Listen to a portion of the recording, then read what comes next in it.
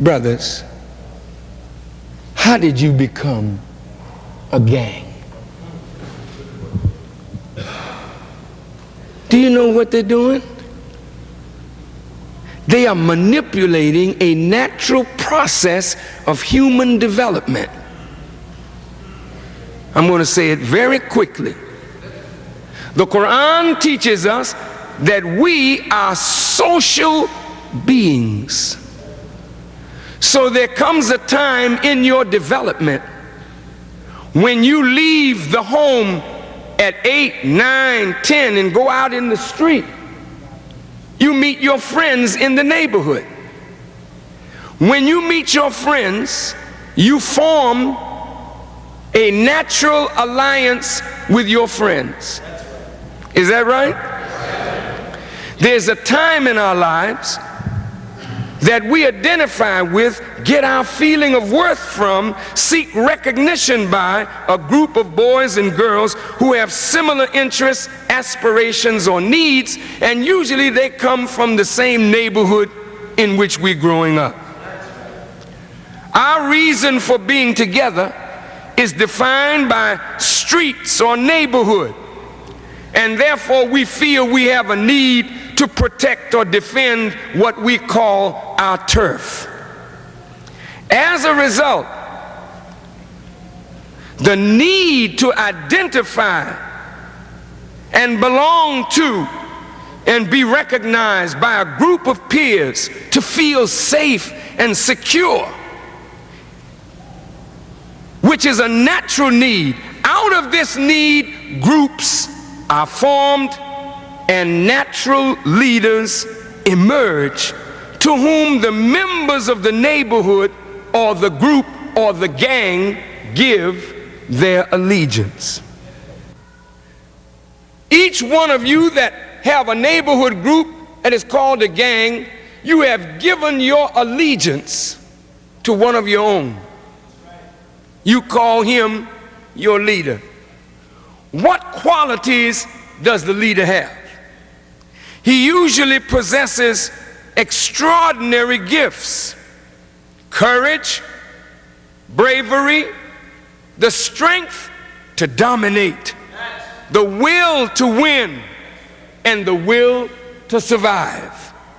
Oftentimes, the leader is the greatest fighter among you. In fact, the leader whips you. So when he beats you physically, you submit to him. You become his boys, his group. Now check this out.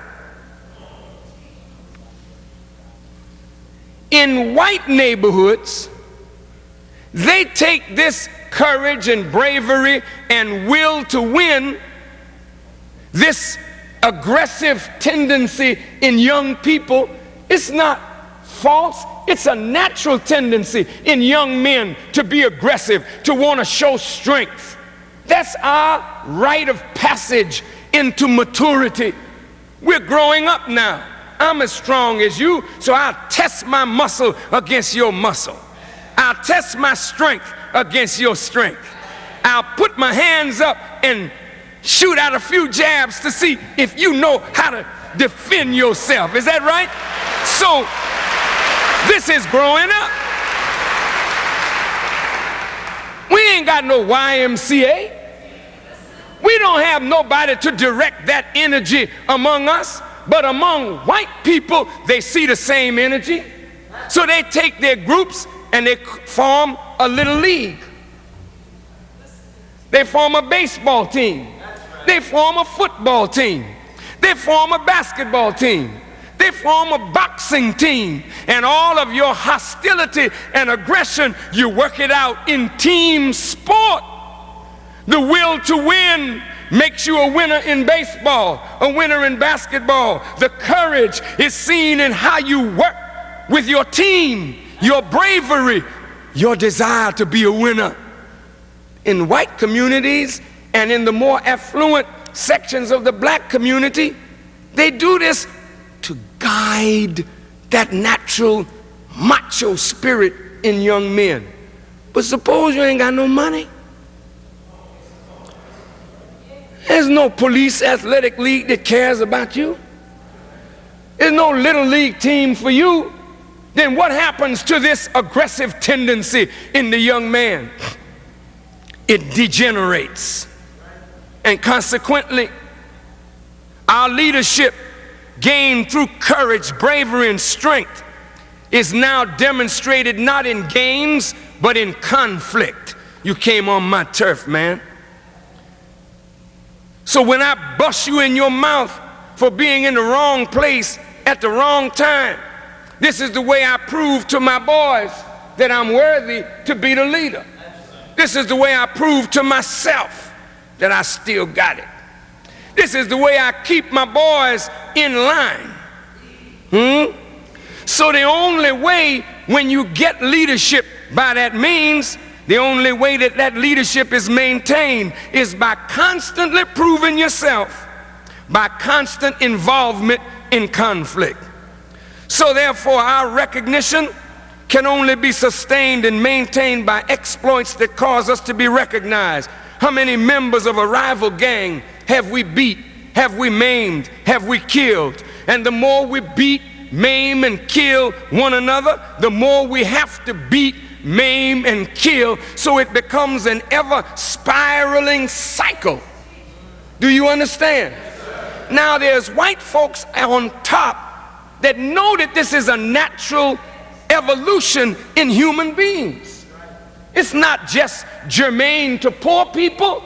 This is natural to all human beings, particularly males. But they sit up and in boardrooms and say, how can we manipulate this? Now look at our communities right today. What is the result of this gang conflict? It is the destruction of our own people because they don't live in the same neighborhood, go to the same school, or wear the same colors. They don't wear the same symbols. They don't wear their hat in the same way. If I put my hat to the side, that means I'm this. If I turn it around to the back, I mean it's that. If I turn it to the left, that means something else. Look at this, brother. And we start killing each other over something silly about the marks that we have now in our hair, that everybody in this gang has 3 marks on the side, and then those in another gang have 4 marks in the back. Then we knock each other down and destroy each other because our hair is cut different. You don't see the big picture.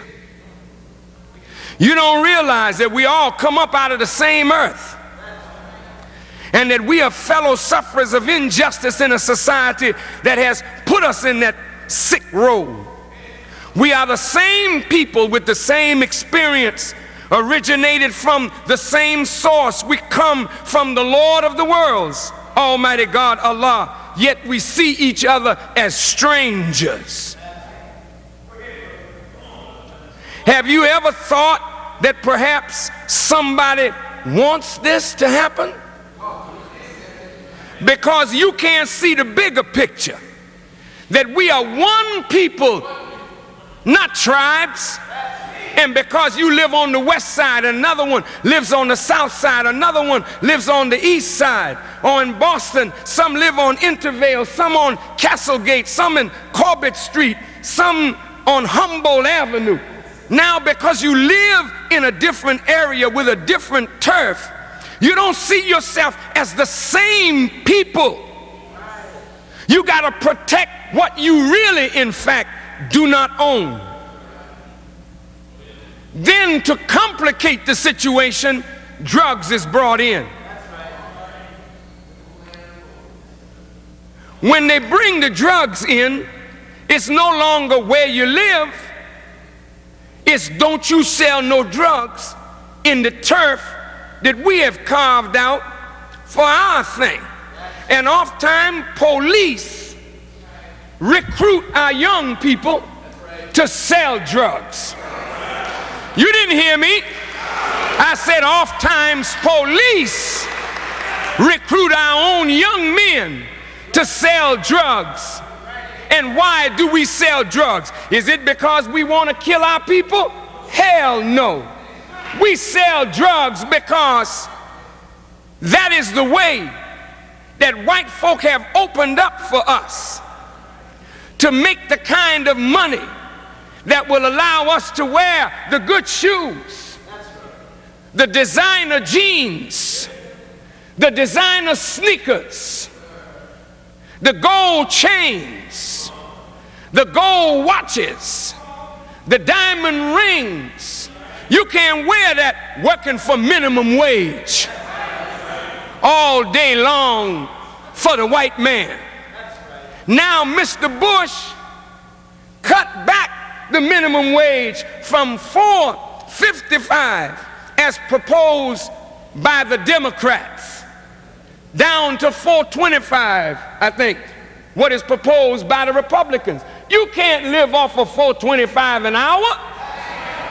Who the hell wants to work all day for nothing?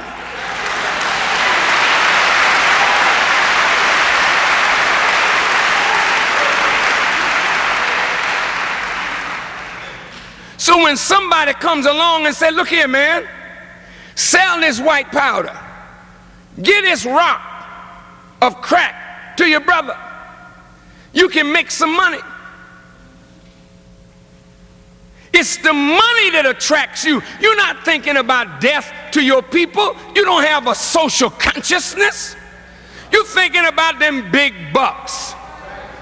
And if you can make $400, $500, $600, $800, $1,000 a week by selling drugs, then who can interest you in a 9-to-5 job working for $4.25 an hour?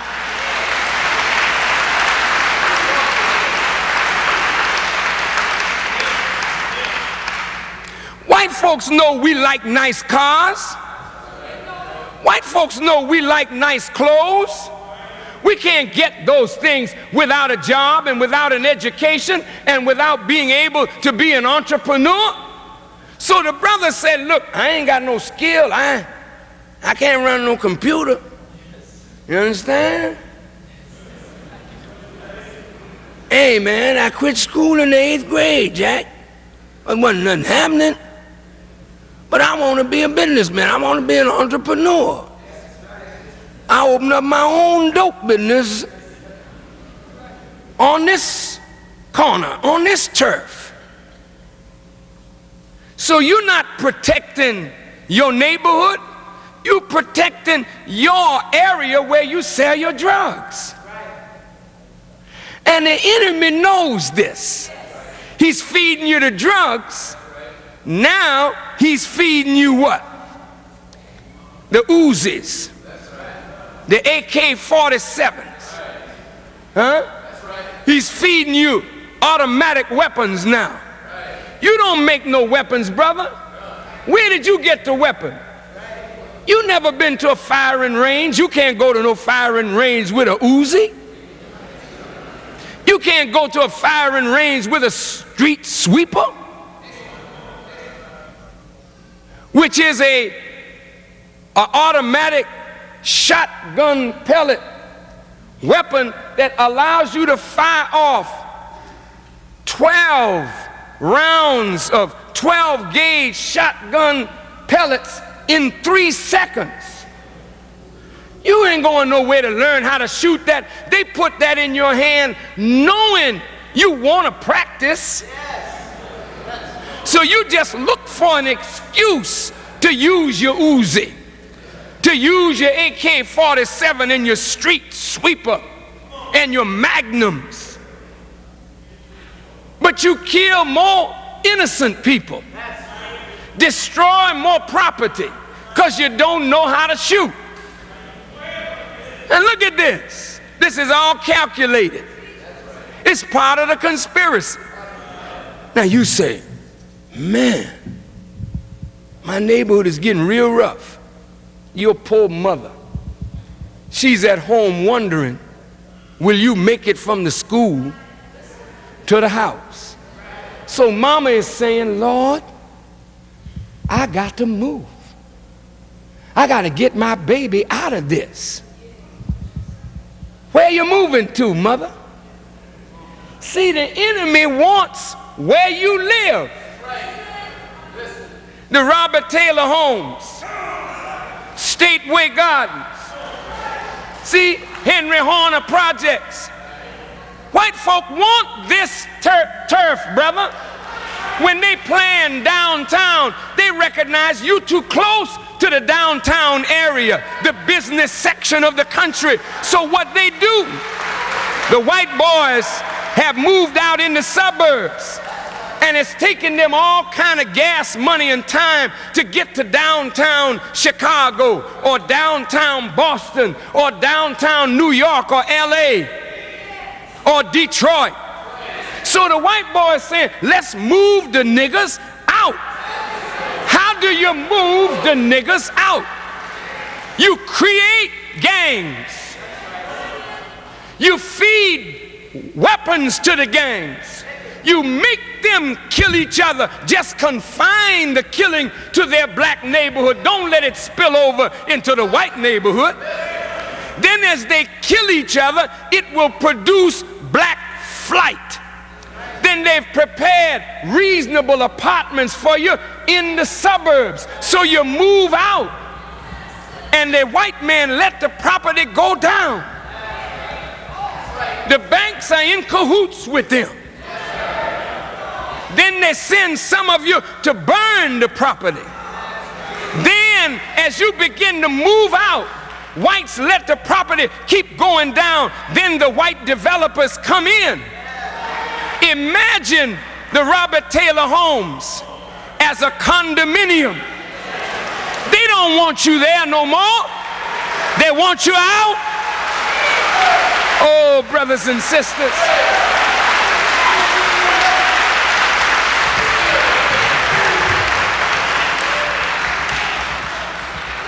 White flight from the cities to the suburbs have left blacks, Hispanics, and poor people in control of the inner cities. But in developing the inner cities, the areas where most black people live is the area most convenient to downtown and the seat of power. So the real estate developers want to put condominiums in places where houses exist now and sell them to whites who are far removed from the centers of power. They did this in Washington, D.C., and caused us to kill each other. And when we left, the white boys came in and took over where we once lived and made it beautiful.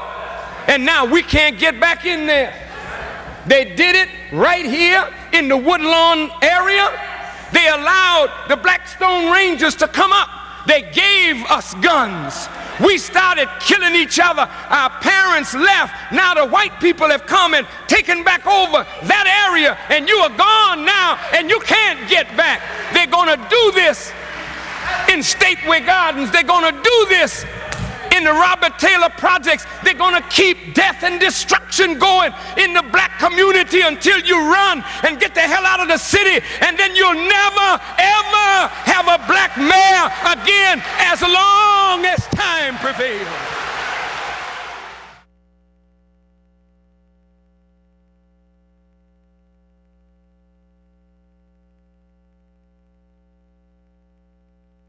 Now, if you look at the white as a race, you see a greater population of elderly and a smaller population of youth, because God himself has cursed, as Deuteronomy said, their basket and the store, the fruit of the ground and the fruit of their womb. But it looked like you every time you fire.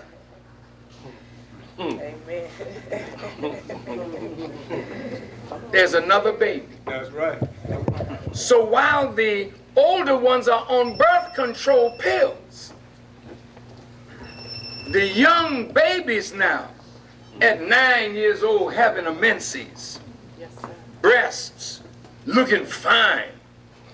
So somebody is hitting on. We ain't got no job, so we in the community searching.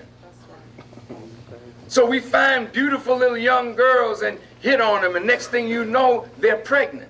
So you got a lot of teenage pregnancies now. So the birth rate cut on one side, growing on another, but the racist is looking at this. Do you know now that you have a larger youth population than an elderly population? That's why they have great power among white people, because the elderly now are a strong force politically. So they got AARP, I think that's what they call it. But you got more youth, work age, fighting age, no job, no war. What you gonna do with the black youth? We have to get them to kill each other. This is the bigger picture. Somebody's planning. And instead of our carrying out the will of God, we are absolutely agents of the enemy of God with what we do to each other. Now, I'm closing now, but what I want to share with you is the plan of the enemy appears to be successful. He's using chemical warfare, biological warfare, and outright warfare. Either we're dying of crack, or we're dying of AIDS, or we're dying from gunshot wounds. When I was a young man, we gang-banged as children, but all we had was a little knife. We never had guns. Then in New York, they got a thing called the zip gun. Then the gang started going from a switchblade that was press button. You just press a button and the blade would come out, and you thought you were really hot, man. But most of the time when we fought each other, it was with our hands. That's right. So there were no deaths involved. There was injury, but never deaths. We didn't bury each other. Come on, Minister. Then he said, we got to up the ante here. So they make guns. And y'all don't shoot straight. Because you're not trained. Come on. Go ahead. You just know it's a trigger, you squeeze it, and a bullet will come out. So a mother's sitting on the porch with her baby, and you driving by, killing an innocent child, grieving an innocent mother, and then going back to your friends saying, I smoked a nigga today. See? That's illness, brother. But the enemy is turning our power against ourselves. That's right. So, if you want the promised land, you have to find a way to peace. Yes, sir. If you want your children to have a future, while white folk are not producing children, but the black and the brown are producing them. So they want wars now. The government is actually aching for a fight. That's right. That's right. Who you think they want to send? Rumsfeld not sending his child. Right. Dick Cheney not sending his. Bush got daughters and he ain't sending none of them. But since you don't have a job, you join the army. You're patriotic. That's right. But you be coming back in body bags. But it'll be all right. Because it's the black, the brown, and the poor white. And there's another objective always in mind that I have to expose. I don't mind taking the point in this. Yes, sir. That's what I'm born for. Not to fight the little people, but to take on the kings and the rulers. Say that part. Where the real corruption is. Right, sir. Yes, sir. Paul said, we war not against flesh and blood, but against principalities and powers, and the rulers of the darkness of this world and spiritual wickedness in high places. That's not you. That's right. You are the victim of the wickedness that's in high places. Right. And you have to decide now that I'm not going to be used anymore by man. Come on. Come on. But I want to be used as an instrument of God. Right.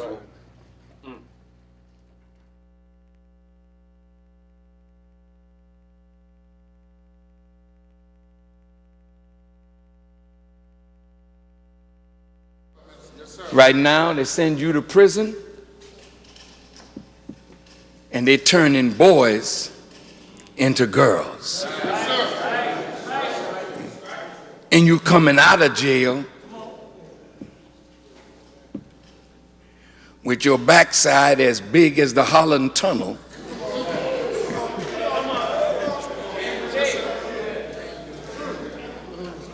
And then you start moving on the down low. You with a woman by day and another man by night. And then you say, I ain't no faggot.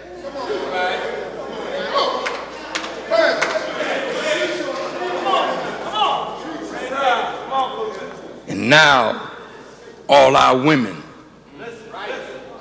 filled with the AIDS virus. How the hell did you get that? You can't see that the enemy is plotting our destruction, and we are playing into his hands by destroying one another.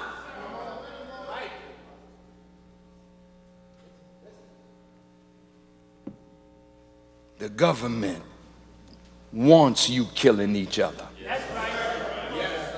Because as long as you kill one another, that makes their job easier. And in every major city in America, and even minor cities, go to the funeral parlor and see who's laying there. It's our young brothers from 18 to 35, either killed by AIDS, gunshot wounds, drug overdose, or suicide. This is happening all over the country, brothers, and it's part of a plot to deprive you of your future.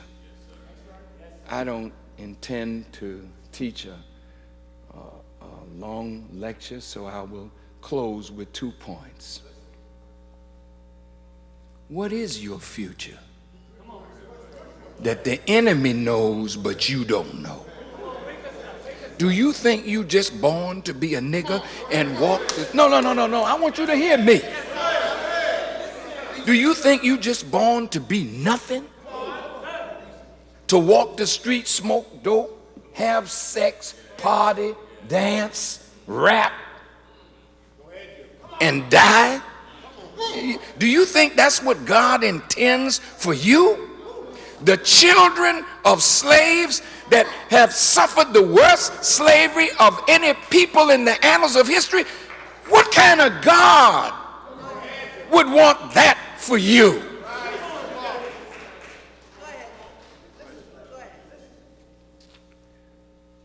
The Bible puts it like this.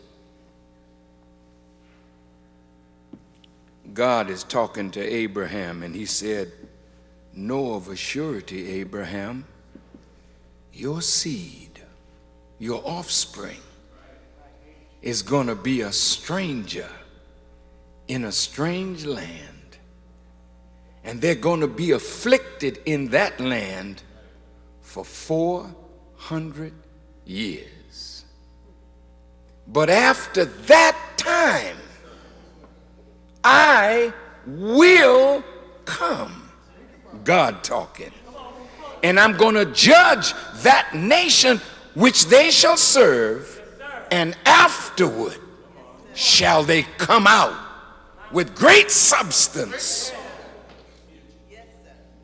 and go to their fathers in peace and be buried, not as a young man, but be buried in a good old age. Then Moses comes along, and you see the children of Israel suffering in bondage for 400 years, and God whips Pharaoh and raises Moses up from among the children of Israel and takes them out and gives them a land. I didn't say give them a piece of sky. I said gave them land, but people were on the land. And they looked like giants.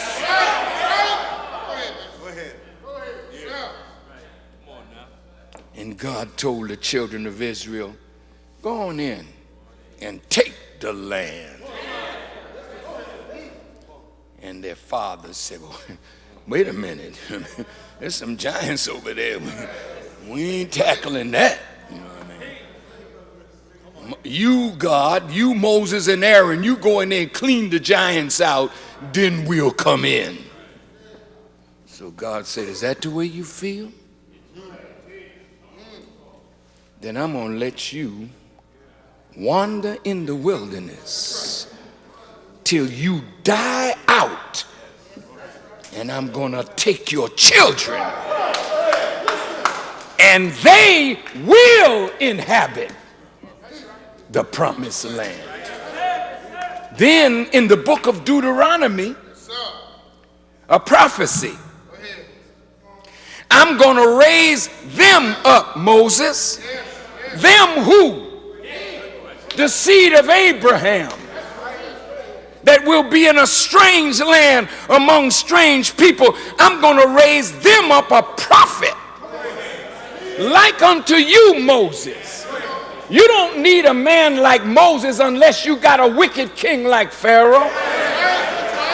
You don't need a man like Moses unless you got a people in bondage like the children of Israel.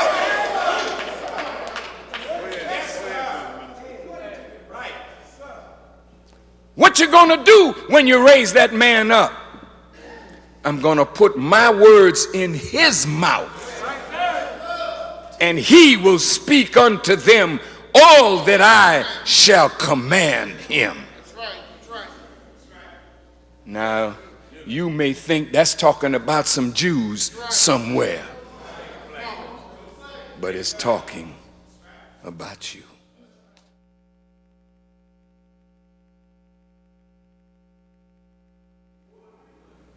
So they got us now. And poor Jesus, he wants the young because he sees in them the future. But Satan is busy. How many of you have seen the movie American Gangster? How many of you have the DVD already?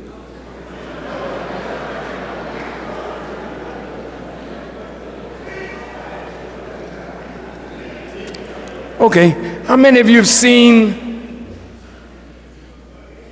BET American Gangster? Raise your hands. Do you think this is an accident? This is no accident, brother. Do you know some of these satanic Jews have taken over BET? They took it away from Bob Johnson. They gave him an offer that he couldn't refuse. They got Essence. They got BET. They got our hair product people. They got Motown. Everything that we built, they got it. But the mind of Satan now is running the record industry, running the movie industry, running television. How many of you saw the Kings of Comedy? Talk to me. Raise them. Come on. I'll raise my hand. My children brought that to me. I don't know nothing about the Kings. They said, Daddy, you need to watch this. There was Bernie Mac. There was Steve Harvey. There was Cedric the Entertainer. There was Hughley. Kings of Comedy.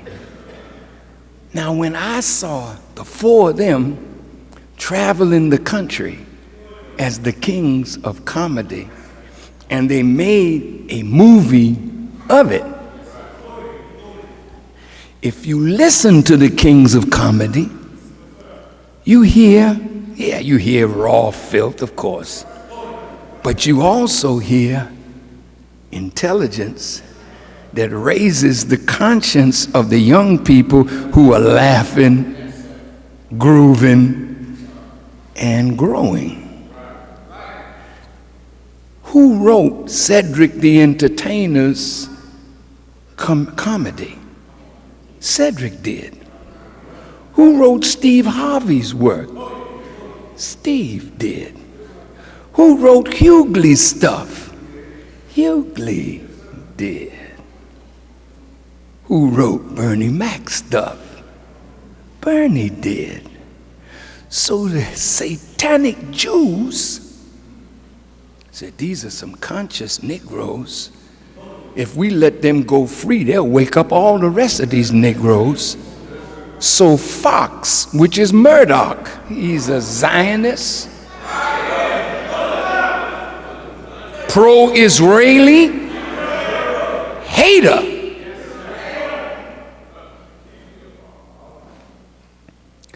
Now, each of them were given a television series on Fox. Now, who's doing their writing?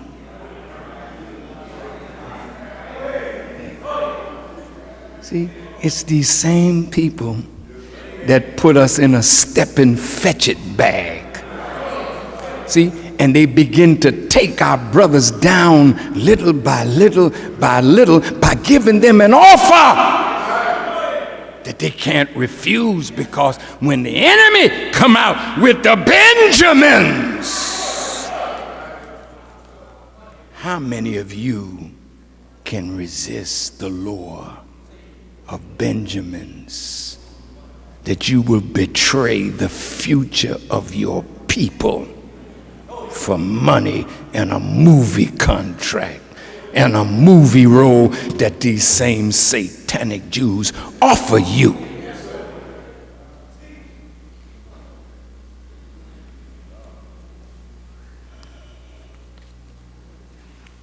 Well,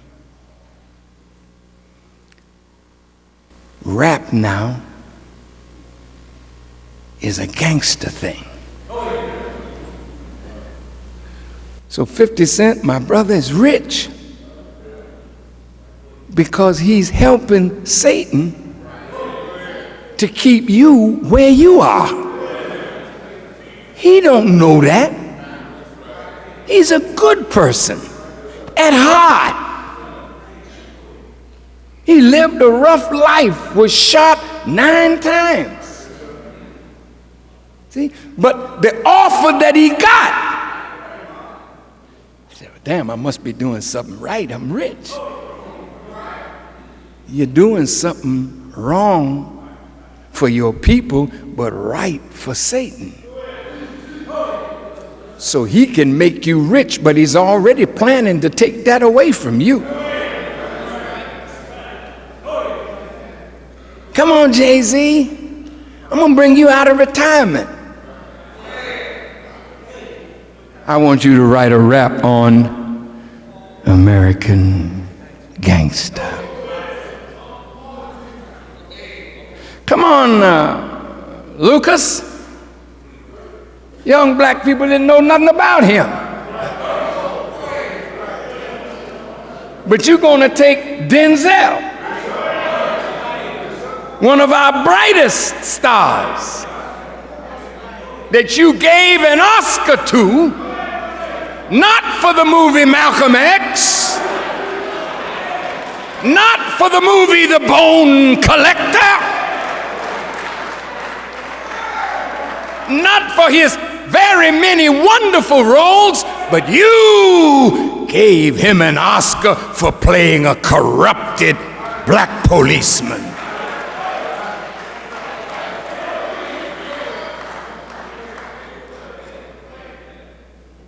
You didn't give Halle Berry an Oscar for playing the many good roles that she played, but you gave her an Oscar for her little nasty role with this white man. See, you'll always get an Oscar playing into the enemy's hands. Is that what you want out of life? A hit record where you call your women out of their names? Is that what you want? See, he got that. He prints money every day. It ain't worth much these days, but he'll print more, give it to you, and make you mislead your people.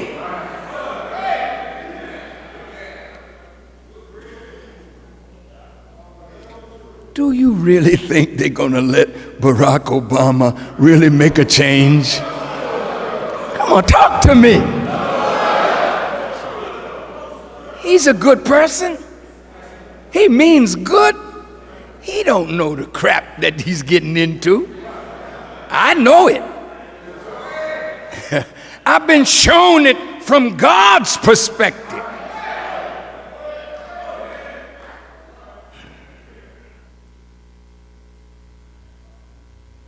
So now I can close.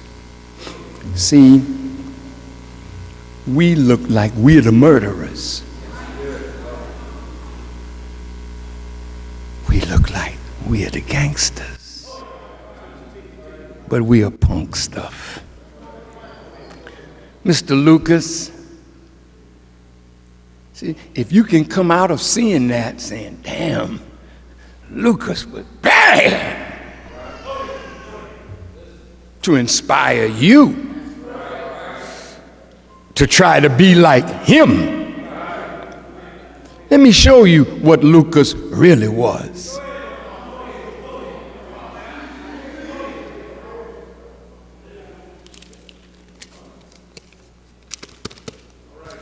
See, with this and the law of this, if it's true, he brought in heroin in the 60s.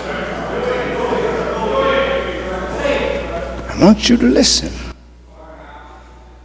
You young people weren't around then, but in the 60s, your grandparents were on picket lines. Your grandparents were marching against white supremacy, Jim Crow, and they were being beaten down with fire hose and dogs, and they were put in prison so you could go to a toilet.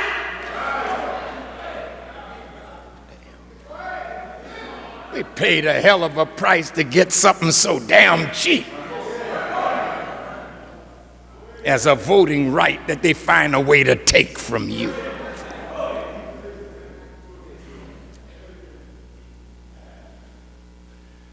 The moment the riots began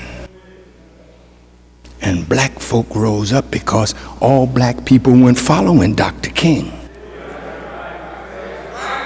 Though they would like to make you believe that everybody had that same kind of dream. That ain't real. And black people that didn't want nothing to do with going to school with white people. There are black people that didn't want nothing to do with integrating with them.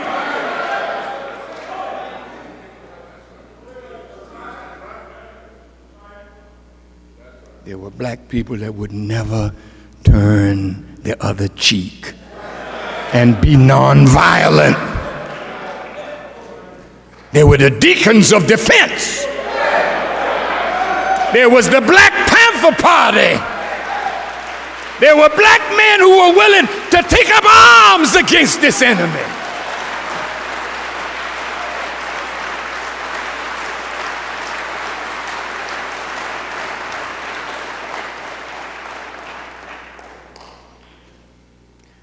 And the moment that kind of spirit was in the people, a purer form of heroin was introduced in the black community.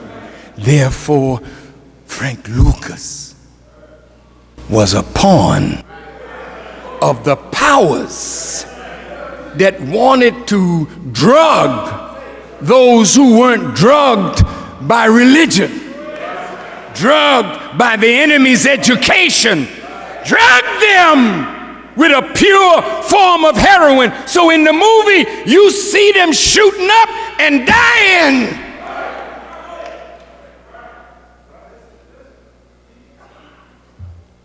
So he was killing his people for this. So they say he had planes flying in with a pure form of heroin. And he even punked the mafia. You can believe that bull. Shit.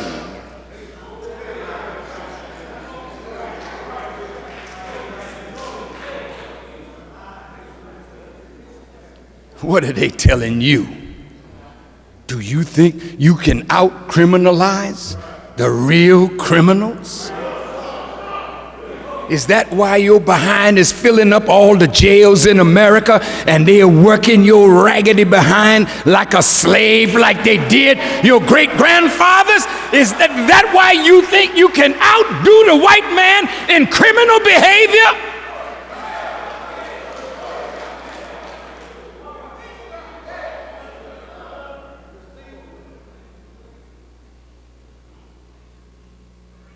He is the number one criminal.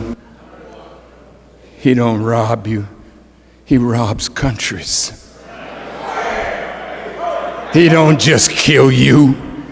He kills whole populations. You are a cheap killer and a cheap thief compared to him.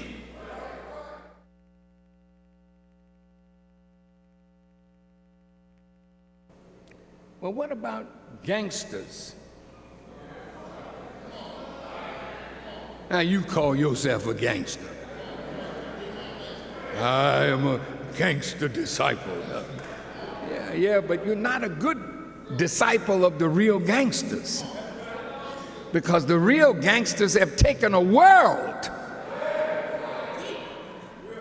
And we hustling drugs on a corner and killing one another. But we are gangsters? That's punk stuff. Let me show you what gangster is. Watch this.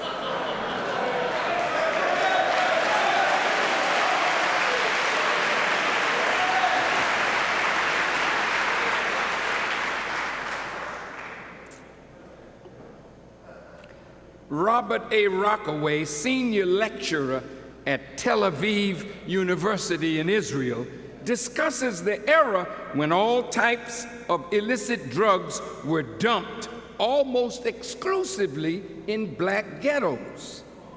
Listen to the quote. After the First World War, Jewish gangsters became major figures in the American underworld and played prominent roles in the creation and extension of organized crime in the United States. During Prohibition, 50% of the leading bootleggers were Jews. And Jewish criminals financed and directed much of the nation's narcotics traffic. Jews also dominated illicit activities in a number of America's largest cities, including Boston, Cleveland, Detroit, Minneapolis, New York, and Philadelphia. Now you're a gangster, but you're a sharecropper. You still on a plantation. See, the hood is a plantation now. Yeah. And you gangbangers are the plantation overlords. You done scared the hell out of everybody on the plantation. Because, you're running things with your guns and you're killing one another and scaring the hell out of others. And, you don't own no ships, so you ain't bringing no drugs in. You don't own any planes, you ain't bringing no drugs in. It just comes into your community. because you got a sharecrop. Kill your people and make a profit.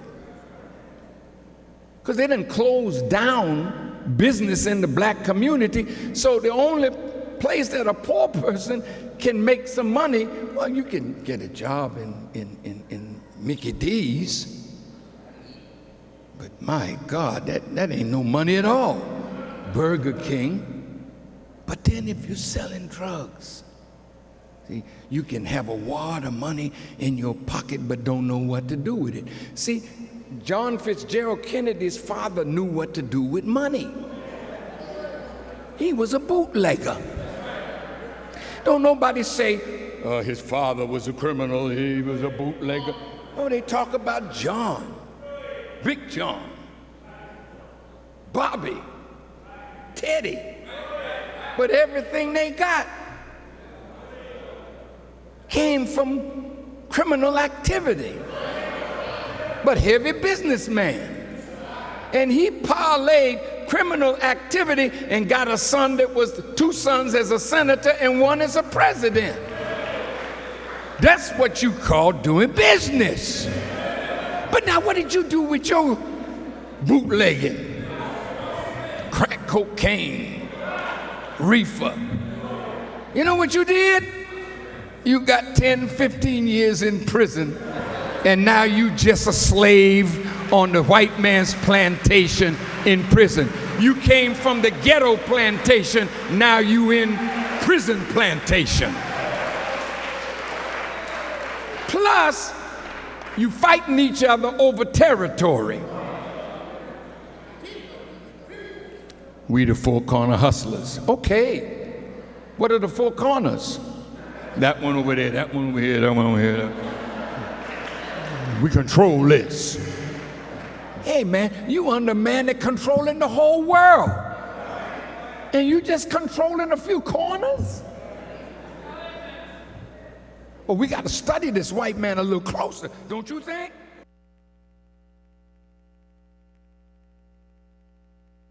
What a friend I have. In that Jesus you all talk about. You know I must know somebody. As much hell as I'm raising and I'm still here to talk about it, I must know somebody. And if I don't look worried and frightened, and I'm not hungry, because he spread a table before me in the presence of my enemies. And he anointed my head with so much oil till my cup is running over.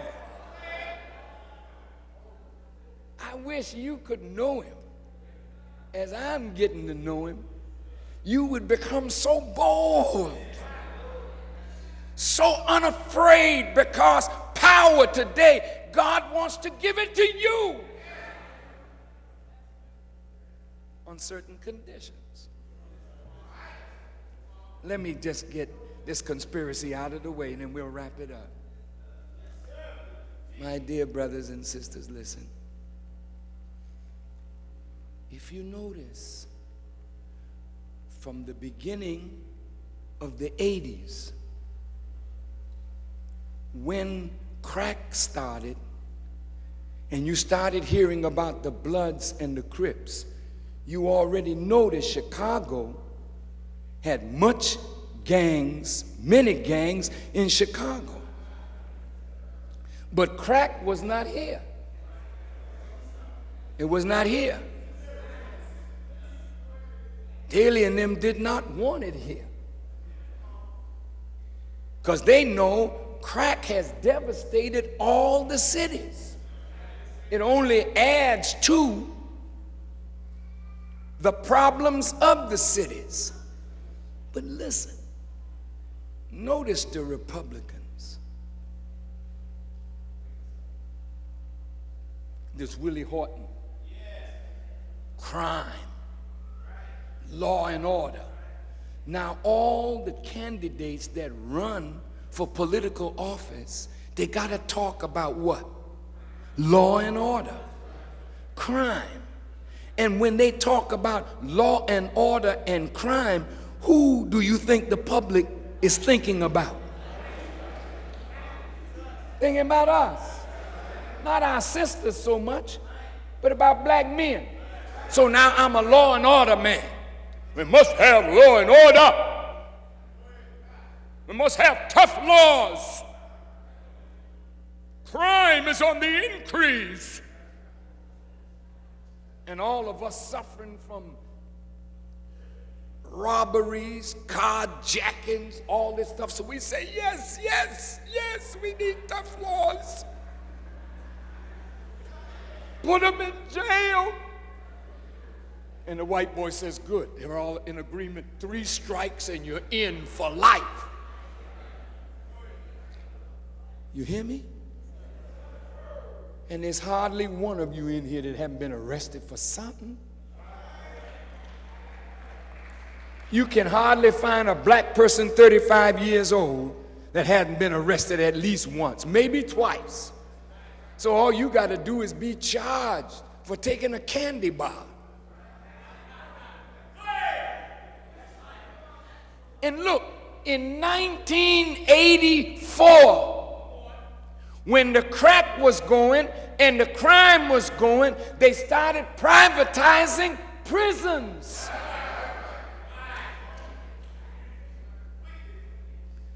So corporate America got involved in prison for profit. So you know what the greatest growth industry in America is? Prisons. Now look, brothers, any of you in business, if you're going to set up a McDonald's, what do? You got to check and see what kind of foot traffic or car traffic you have so that you know you don't put it in a desolate area, right? The feasibility studies that were done says that since there's more crack in the black community and they're fermenting or fomenting gang violence and there's more guns in the black community, then if we give unusually long sentences for crack cocaine, then we got 5 years, 10 years, maybe life, and we got us a slave. Because now we're going to tie prison to industry. So we will have a fat bottom line on the back of niggers.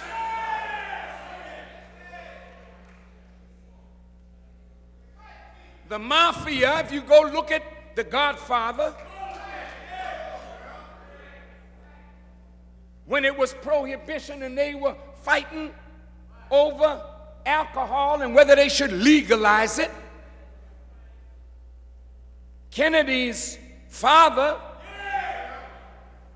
was heavily involved in alcohol. See? But then when dope started getting to be a hot thing, they resisted it, but then Lucky Luciano, the U.S. government, let the boy out of prison to go to Italy to establish the connection between heroin and Southeast Asia, bringing it through Southeast Asia, Italy, into the United States of America for you. In those days, it was heroin earmarked for the black community. And that's why America was fighting a war in Southeast Asia. It didn't have nothing to do with democracy. It had something to do with control of the fields where they could grow the poppy and the opium and the heroin for you.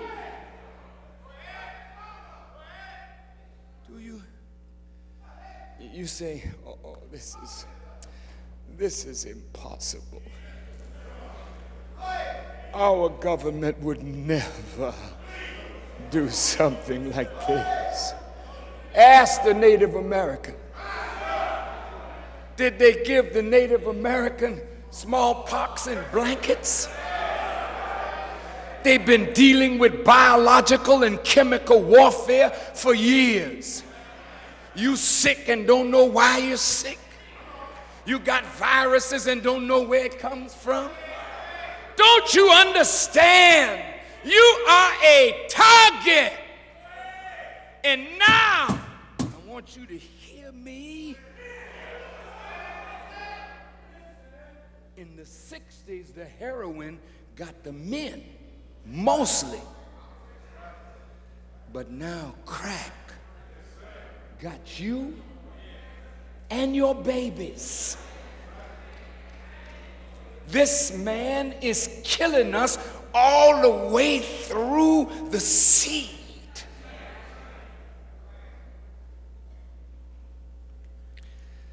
Now, Farrakhan is accused of being a hate teacher.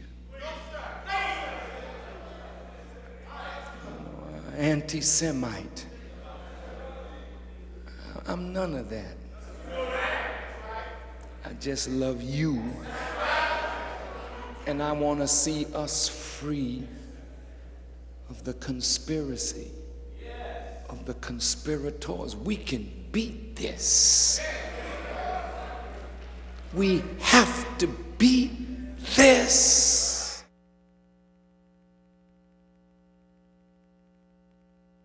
What truth should you know to free you from the bondage and the grip of racism and white supremacy and a black inferiority that makes you feel you're nothing? For as a man thinketh, so is he. If they can make you think you're nothing, then you act out your nothingness. Do you understand?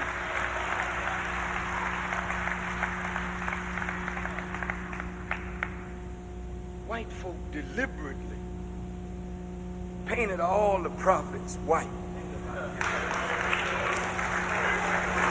White folk deliberately made everything of value white and made us to believe that we did not contribute anything worthwhile to the advancement of civilization. By depriving you and me of our own history, they deprive you of a mirror in which you could see yourself. So if you don't know what you did in history, you don't know what you're capable of doing. So you have nothing to look to as a criterion to measure yourself by when you can't see yourself in the light of history. Listen now, listen. Brothers, when we were deprived of this kind of knowledge, we began to look at ourselves as some freak of nature, or that God had made some mistake for making us black. Now listen, if there are any rabbis or members of the Jewish community in the house, Brother Farrakhan is not anti-Semitic at all.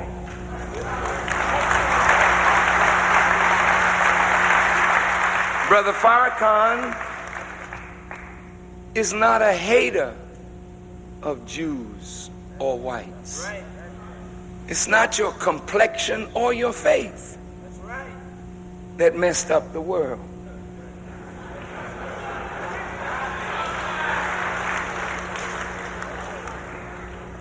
It's the way you think.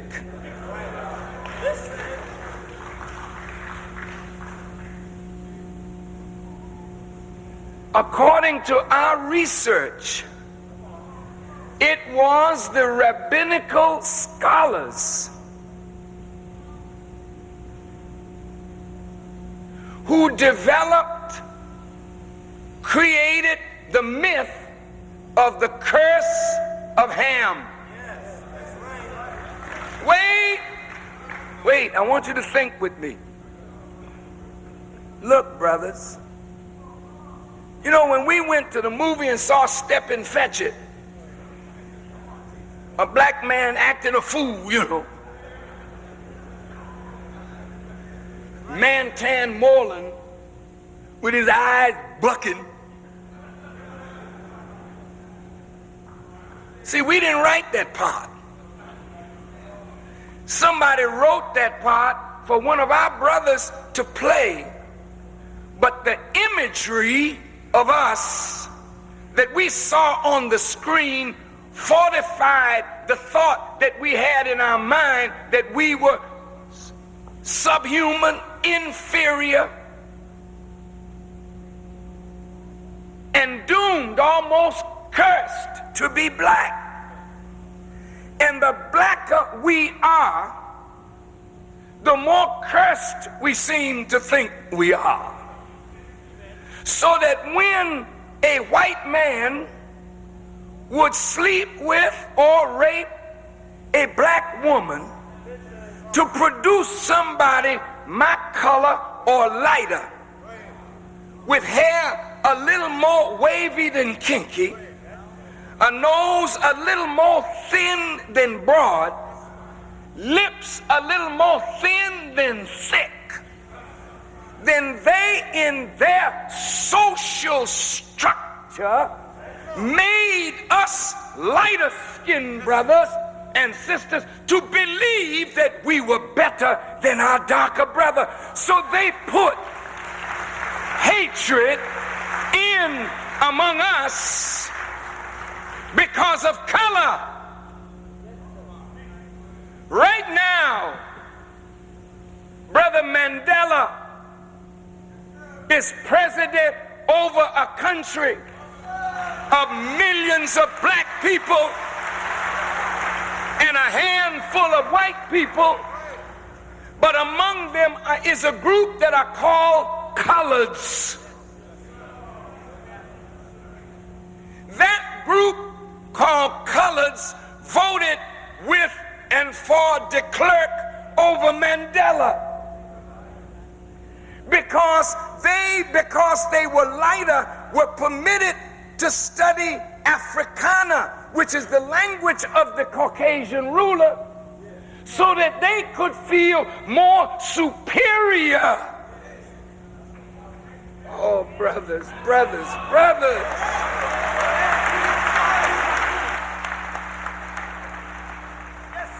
They would feel more superior to the black because they were closer to the white. Do you know what's going on in Rwanda? Our people are dying by the thousands, slaughtered by their own. But who is at the root of it? You don't know.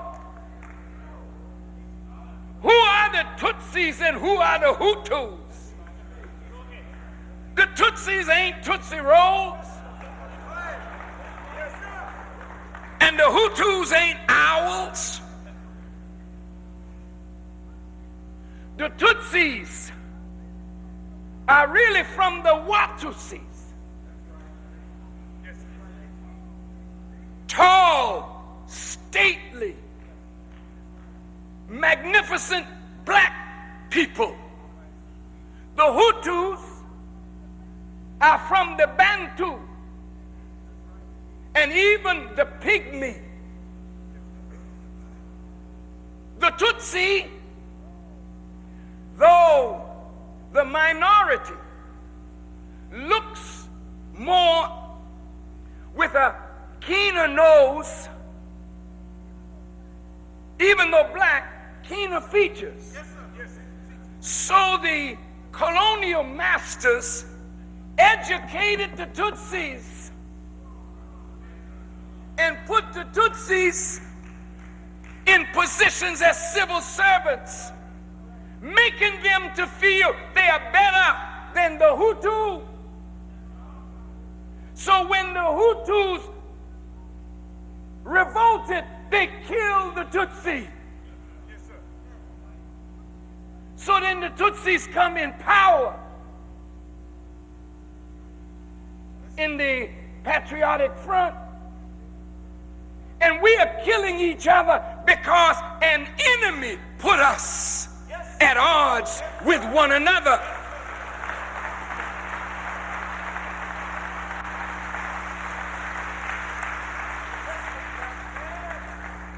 Look at you. Some of us Bloods and some of us Crips. Some of us have the color blue. Some of us deal with the color red. What the hell is that? That we should kill one another over a color? All of it belongs to us.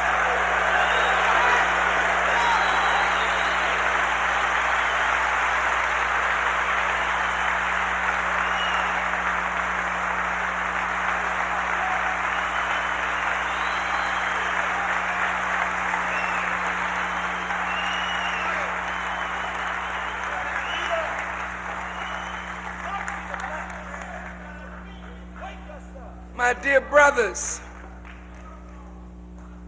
we're destroying each other because we don't really understand the root of who we are and what our oppressor is doing to us through us. My Hispanic brothers, La Raza.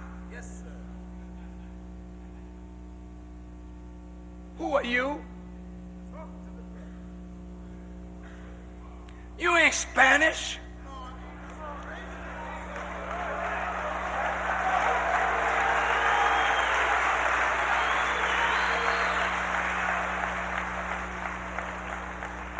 Why? Because you speak Spanish, you Spanish? I speak English, I ain't an Englishman.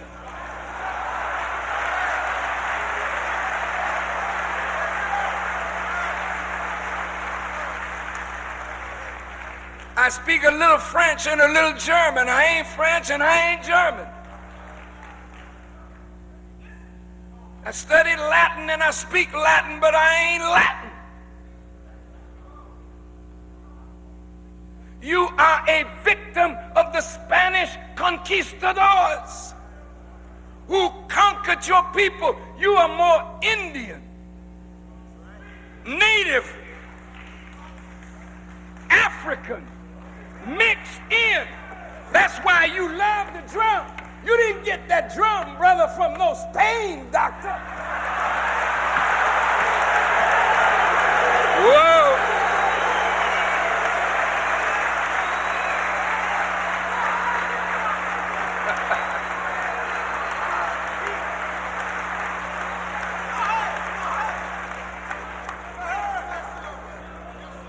You say, I'm Cuban. I'm Puerto Rican. I'm from Guatemala. I'm from Costa Rica. I'm from Nicaragua. Yeah, you can call all them names. But what's the root? The root is Africa.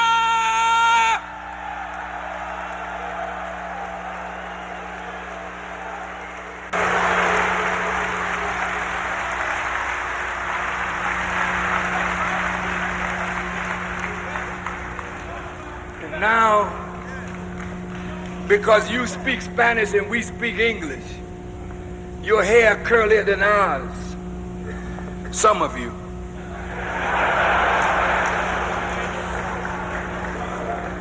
Your nose a little thinner than ours. Some of you. Yes, sir. All of a sudden now, we are competing in a society for the crumbs that fall from the master's table. And we who are the oppressed original people of the earth are fighting each other in el barrio or in the ghetto when we should be locking arms as family to fight for the total good of all of our people.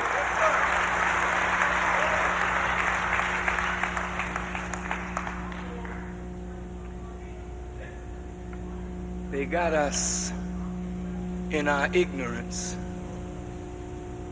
We have become the number one destroyers of each other. White folk don't have to kill us anymore.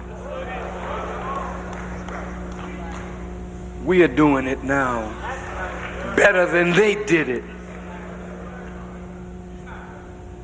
We have a nerve to picket the police station when the police kill one of us. And we're sending each other to the morgue and to the hospitals every day and every night of every week of every month of every year.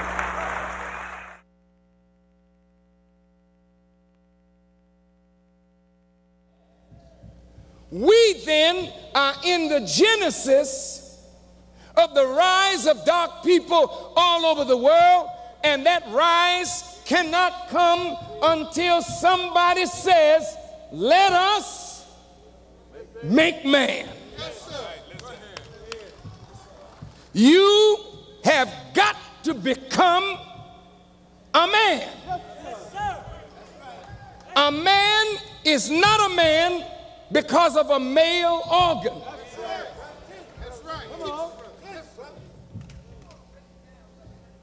In that case, every animal that has a male organ could be a man. And some animals would be more man than you and me.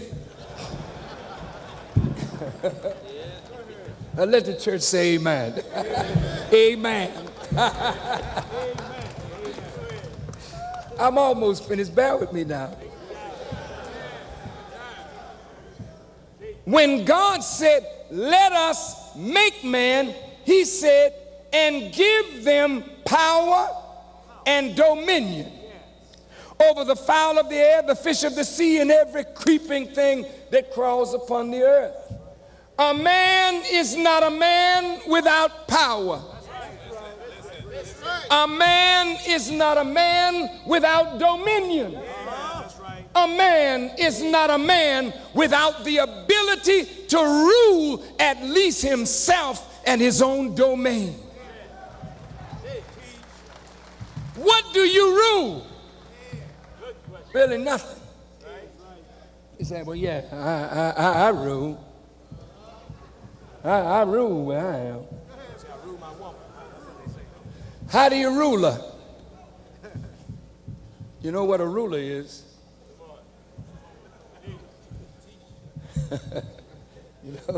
You know what a ruler is?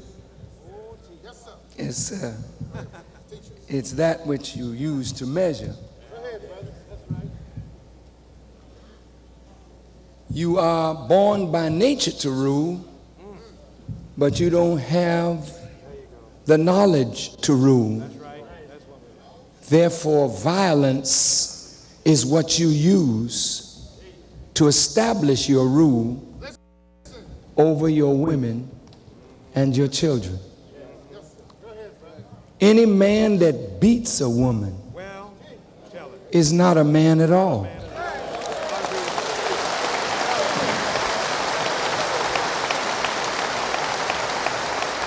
One of the most ugly sights in the world is to see a man knocking down the woman that God made from himself for him. That's right. That's right. But you beat her because you don't have this to rule. You've been deprived of knowledge. No man can be a man without knowledge. No man can be a man without knowledge. It is knowledge that separates man from the beast of the field.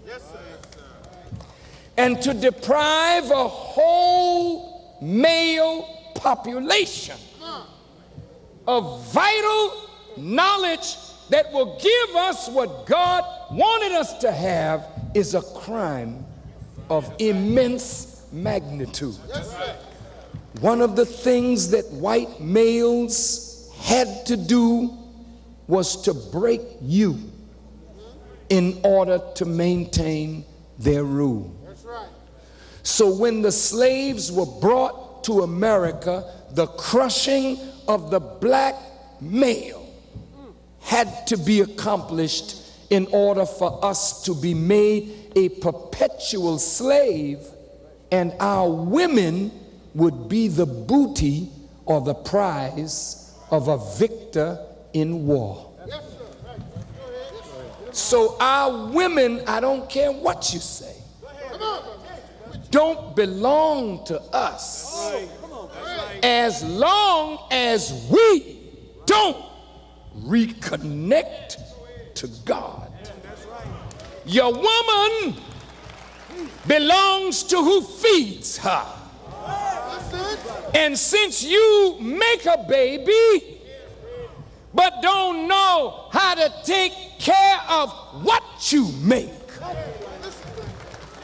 then government steps in. The government of the people, by the people, and for the people, of some white people, by some white people, for some white people. Then the government sends your wife a check. Listen to the scenario. Listen. And you, as a man, slip by the house when the check comes and say, baby, you got anything, you know what I'm saying? You know what I'm saying? Look at you. You have married women who have had to become your other mother because you and I have not been mothered properly. Our women are looking for a husband and get another child. Yes, sir.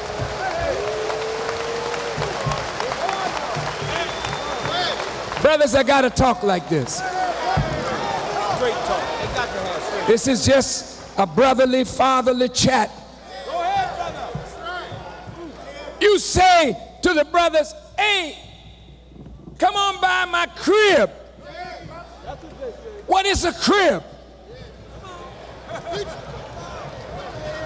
A crib is some place where you put a baby with little playthings in the crib. Your language tells the world what your condition is.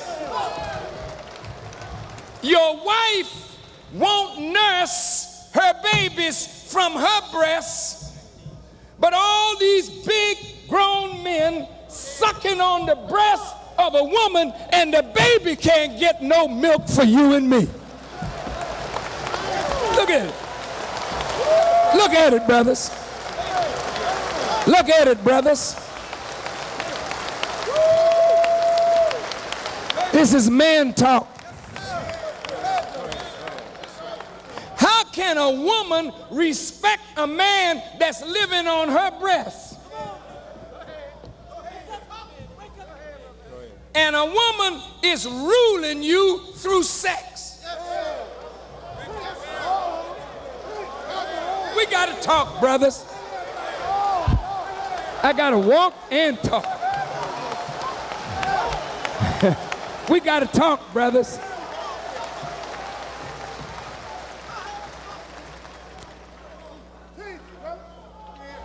You see, white males know that real pleasure is not from a woman.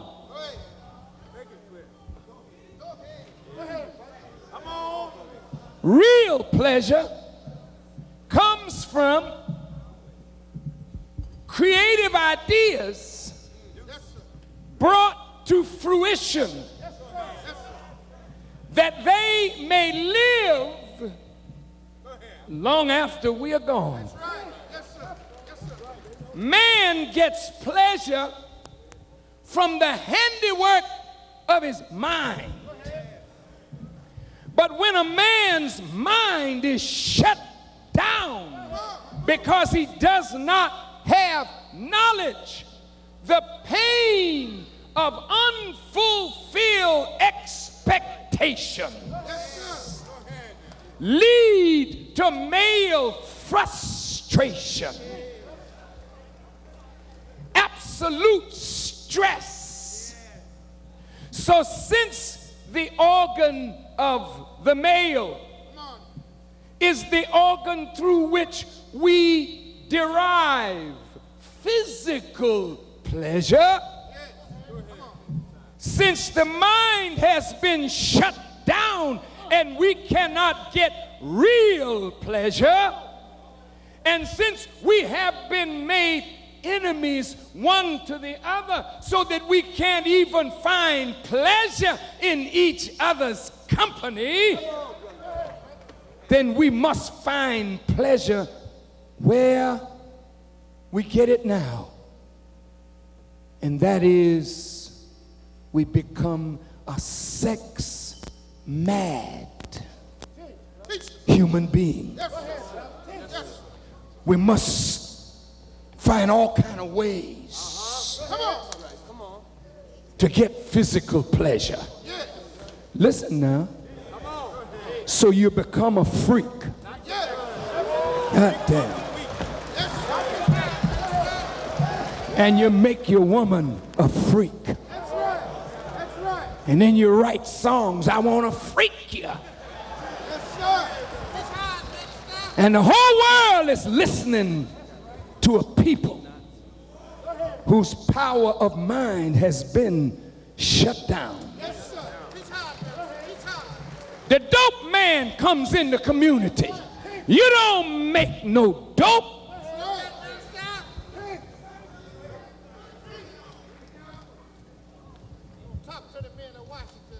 But your body, your brain creates the drugs that the body needs. That's right. That's right. When it's time to go to sleep, the brain produces what you need.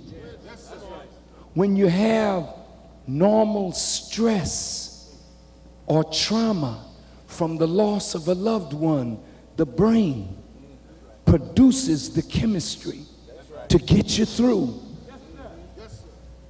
But when you're in the condition that we are in, the brain is depleted because it doesn't have that particular knowledge that would allow you to produce what you need from yourself. So the drug merchant comes in, hey man, I got something for your head. You don't realize that what you need is knowledge. I'm high all the time, brothers. That's right. Yes, sir. Listen to me, listen to me. I want you to look at me, look at me. I'm 60 years old. Look at me, look at me. I've been married to one woman for 40 years.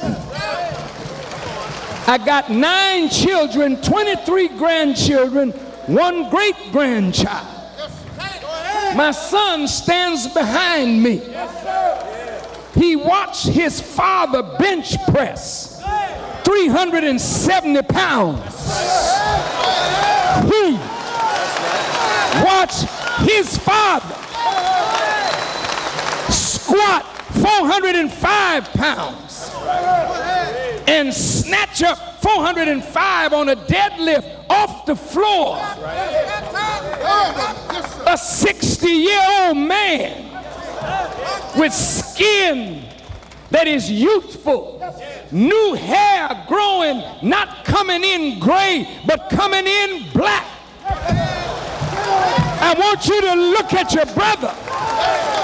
You don't need no drugs.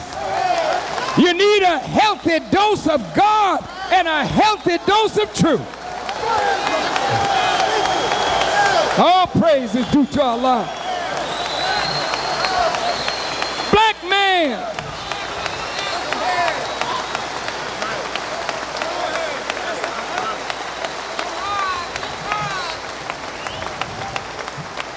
look at my skin. It's lighting up. There's light all around me. Not the light of the television camera. I carry my own light. Because I'm plugged up to the right source, and I don't want to let you think that you can't get plugged up to the same source. I don't want to be no shepherd that lies and deceives you to make you think I'm special and you are not special. You are very special.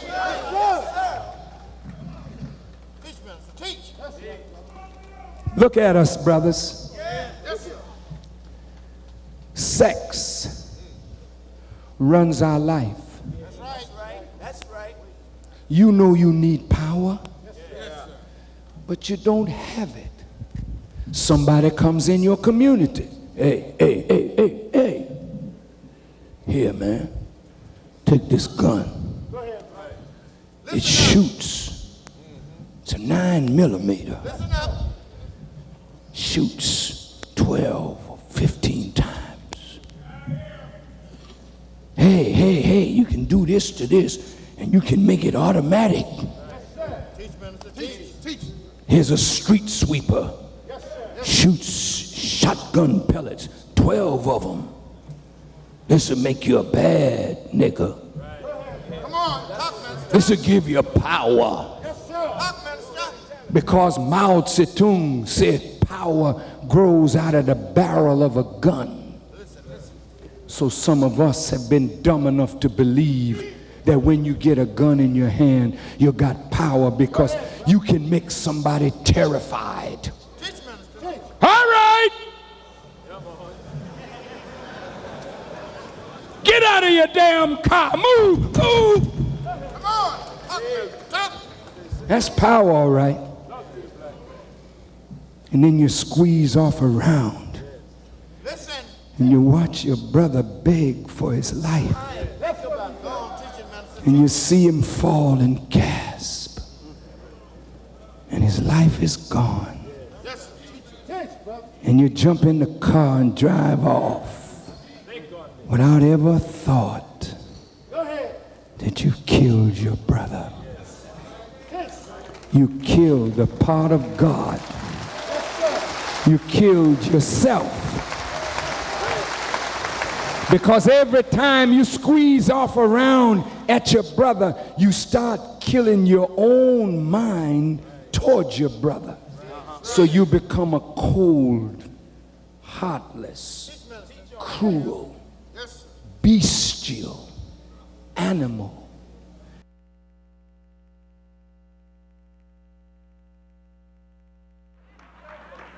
How do I know that you have run out of time?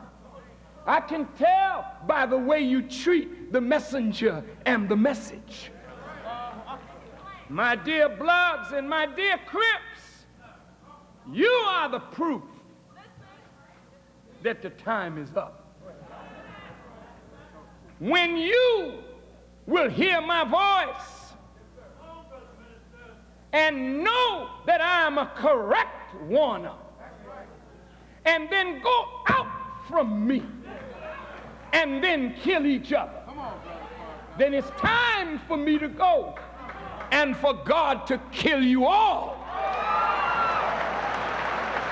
Since you love killing so much, then God will give you your own blood to drink like water, and you will be drunk with your own blood as with sweet wine.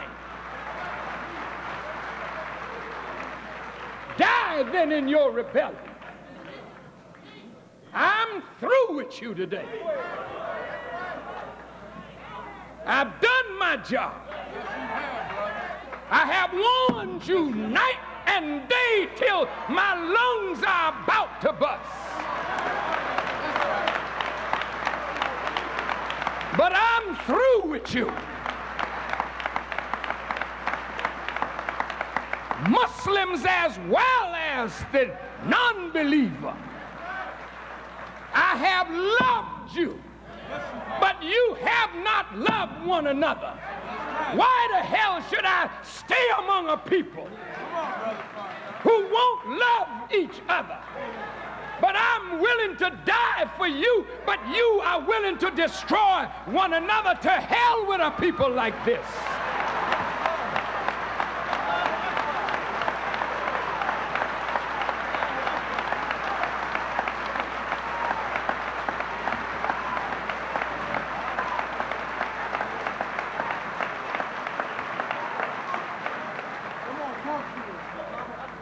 When Allah finishes with you, He said in the Quran, away with the people of Ad, away with the people of Thamud, away with the people. Why should you be done away with?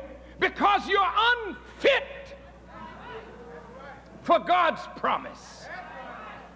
He wants to make a great nation out of you, but you want to make a nation of animals out of yourselves. How long shall a man preach to you? I'm not no damn entertainer.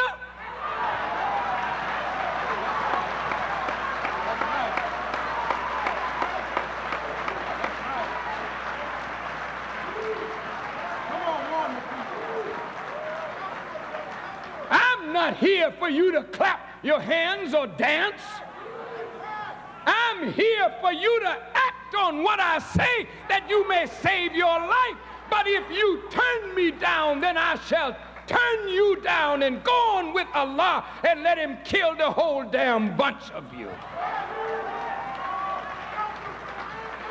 Because you're not worthy to live if you don't want to do what is right by yourself and right by your people. You have enemies standing all around you. The white man is ready to kill us all, and we standing here willing to kill one another. You ought to die if you're that dumb and foolish.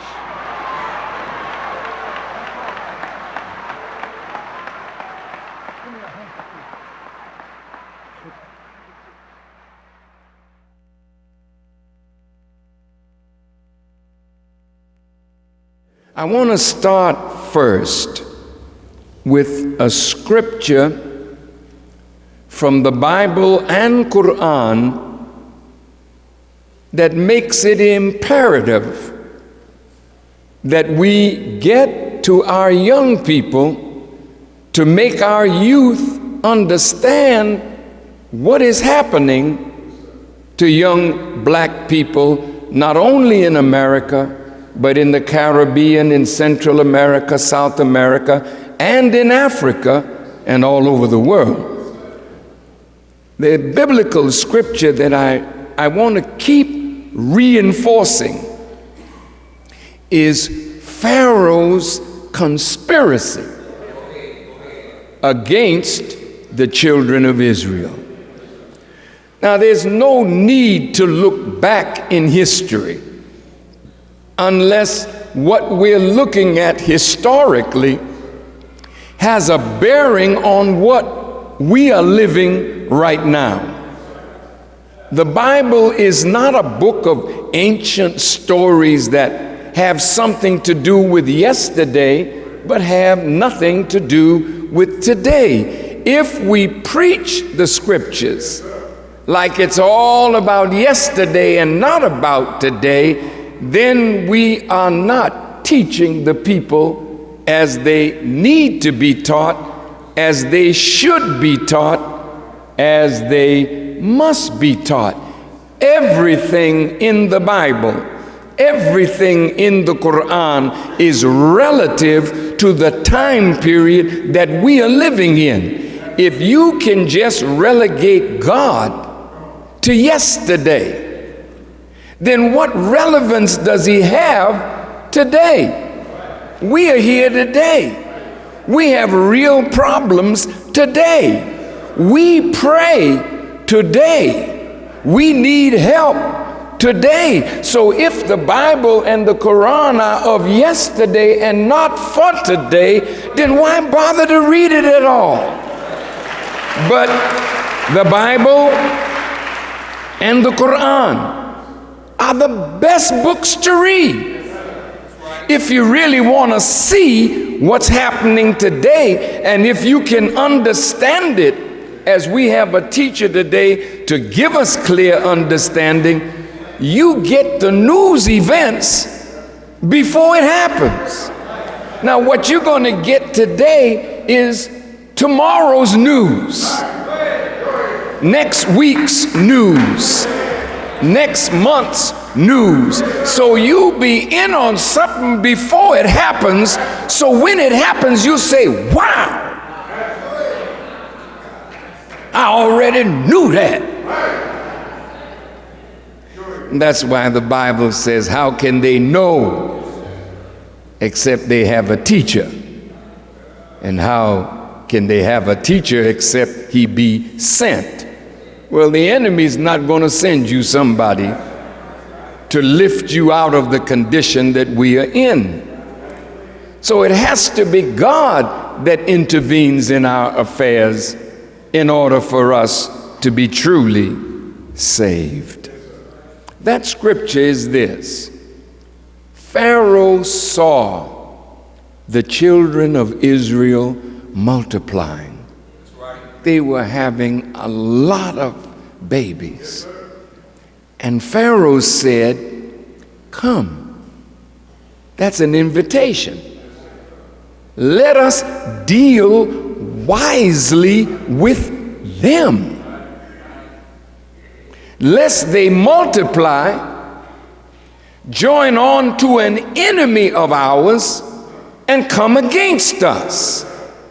Well, when he said, let us deal wisely with them, he's talking about the children of Israel. When he says, let's deal wisely, he's not calling foolish people. He's calling people of skill in various fields of endeavor to help him work the conspiracy or the plan. And what is the plan, or what was the plan? The plan was to kill all the boy babies. Listen to me, please. The plan was to kill all the young men of the children of Israel and spare the females.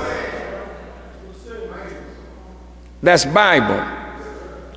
Why did they want to kill the males?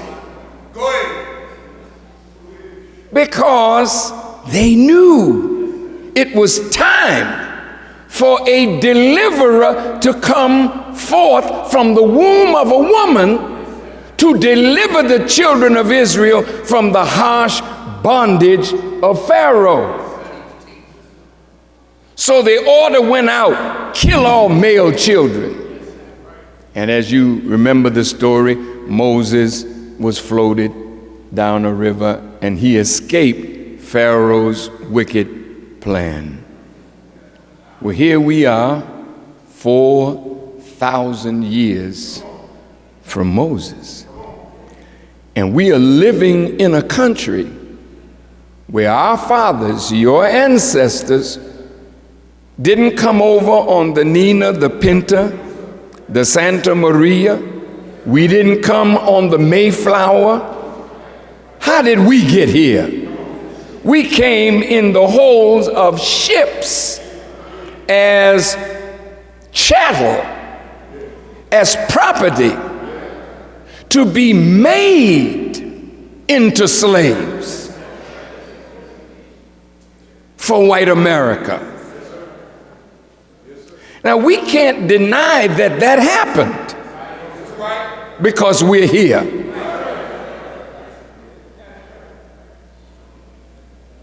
And you didn't have a passport from another country that gave you entrance into America. You were brought here as a slave to be the burden bearer of a new nation that needed our labor and expertise to build it up, but at the same time, we were never to enjoy the fruit of freedom, justice, and equality, or the democracy that America promised to American citizens.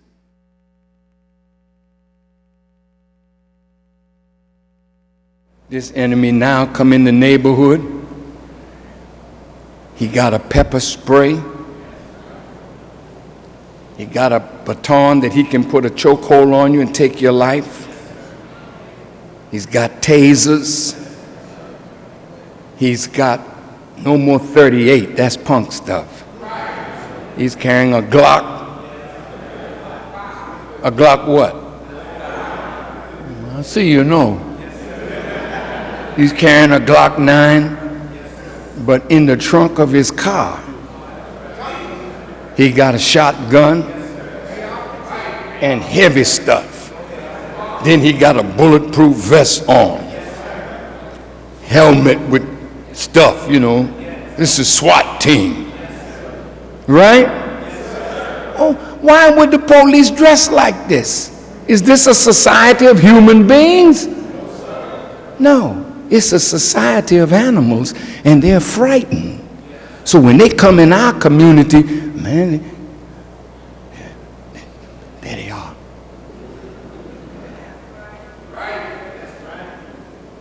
Look at them, look at them. Their pants hanging off their behinds. They're showing off their muscles, you know.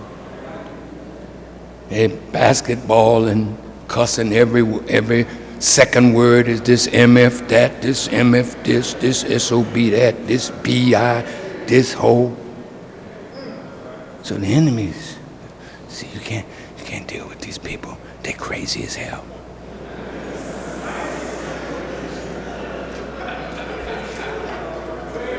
I got a call, I got to go in that neighborhood. Damn, I want to get home to my family, so my gun is at the ready now. A bunch of them days on the corner, I got a call for backup right away. But I ain't going to ask no questions. I'm shooting first. They're frightened, brothers. Our savagery. But I'm going deeper than that in a minute. Can I have just a few more minutes? Look.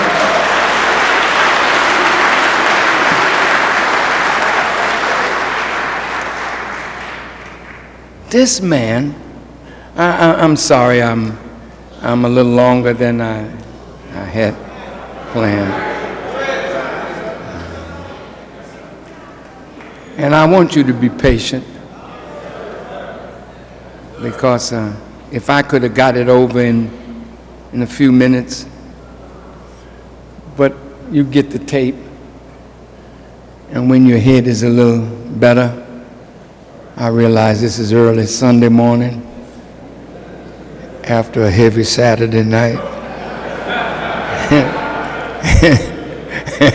And you might want to rest a little right now, but I want to try to speed this up. But you know, I really want you to see what has happened to you now.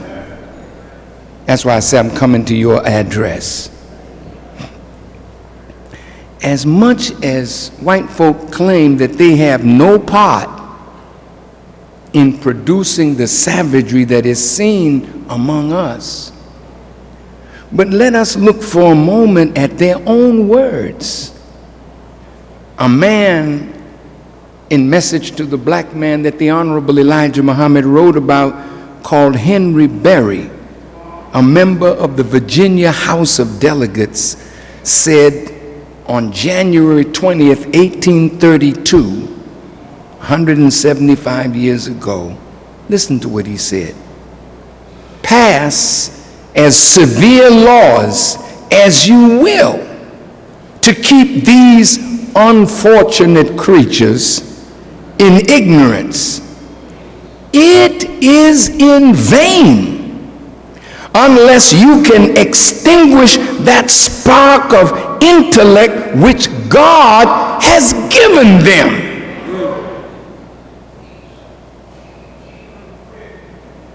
Now they know you have intellect.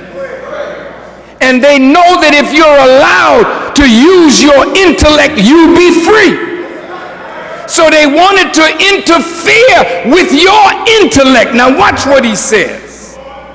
Sir, we have as far as possible closed every avenue by which, excuse me, light may enter their minds.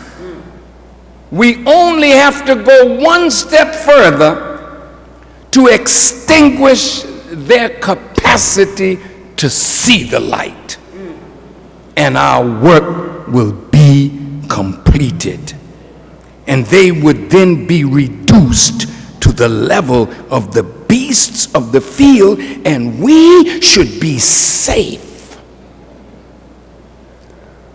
Sir, a death struggle must come between the two classes or races, in which one or the other will be extinguished forever, and they were going to make sure that it was you that would be extinguished.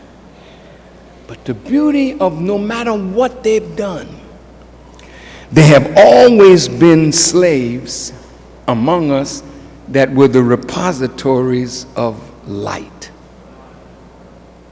No matter what happened to us as a people, among the slaves there were brothers and sisters who could think and outthink the master, and therefore were leaders among the slaves.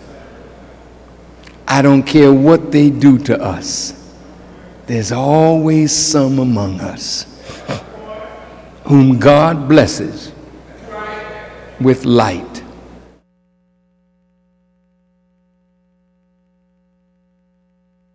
They brought us here, not in their quarters, but in the holds of ships which were reserved for us. They didn't come down there with us. Talk to me. When we got to America, you separated us, and we lived in the shacks and in the fields. You lived in the house. When we so-called were emancipated, you had an area for us. You are the one that not preaches separation, you practice separation, but a wicked form of separation. Segregation. Apartheid. That's you. You went into black women, produce people my color.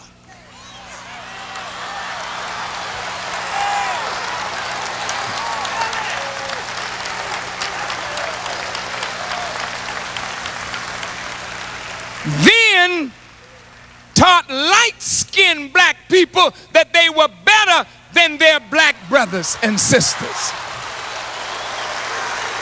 You did that.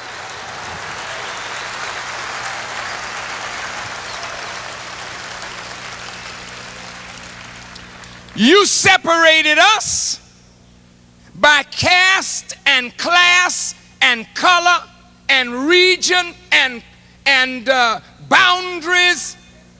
You separated us and segregated us because that's your thing.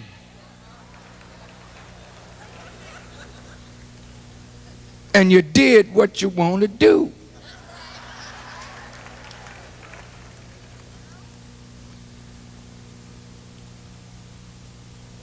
You, white folks, did not allow us to go to school.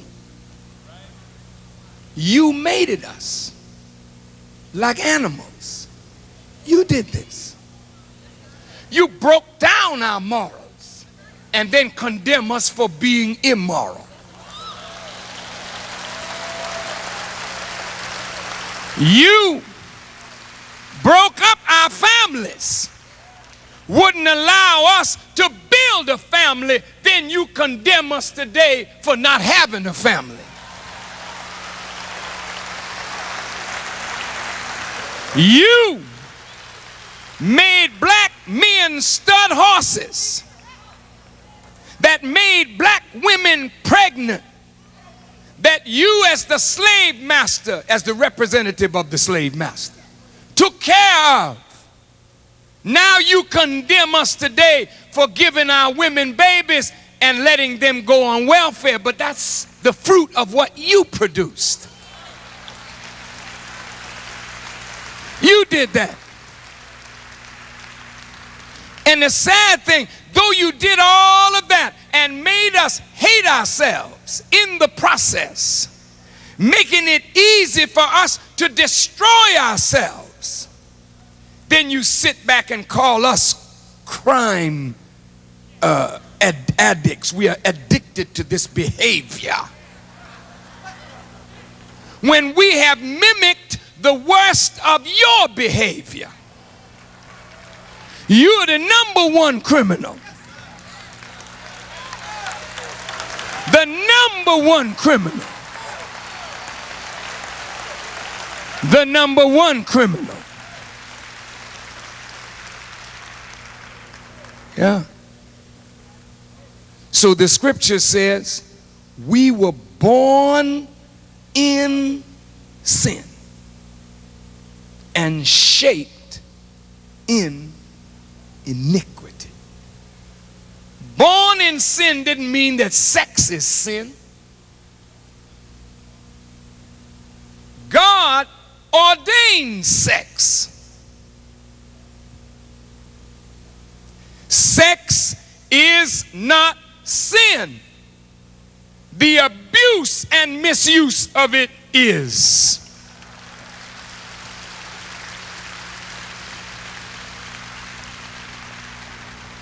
Born in sin means we were birthed into a world already on a course of rebellion against God. And the institutions formed us, shaped us in that rebellion. So we are born in sin, shaped in iniquity. And this is why death prevails over the planet and not life. And this is why there is no respect for life. We got to stop the killing.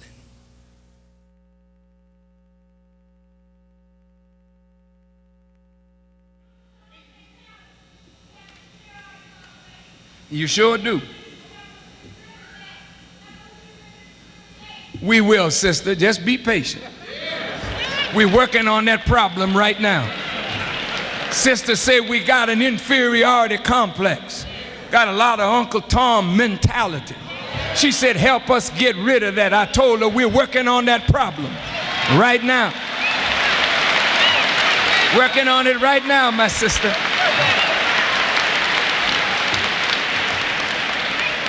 Now look at what the scripture says. The earth was without form and void. Why are you telling us that, Moses? A slave people who don't have enlightened leadership are without form and voided. But until God's Spirit moves on the face of the waters, meaning when God's Spirit comes among the people, he will raise one up from the people as he drew Moses up out of water. He's making a leader for slaves. You're not going to be nothing in this world until a leader comes up. Not any leader made by your enemy, but a leader born of the Spirit of God.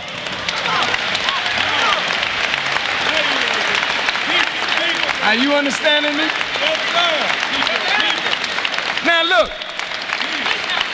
I'm not going to keep you here too long.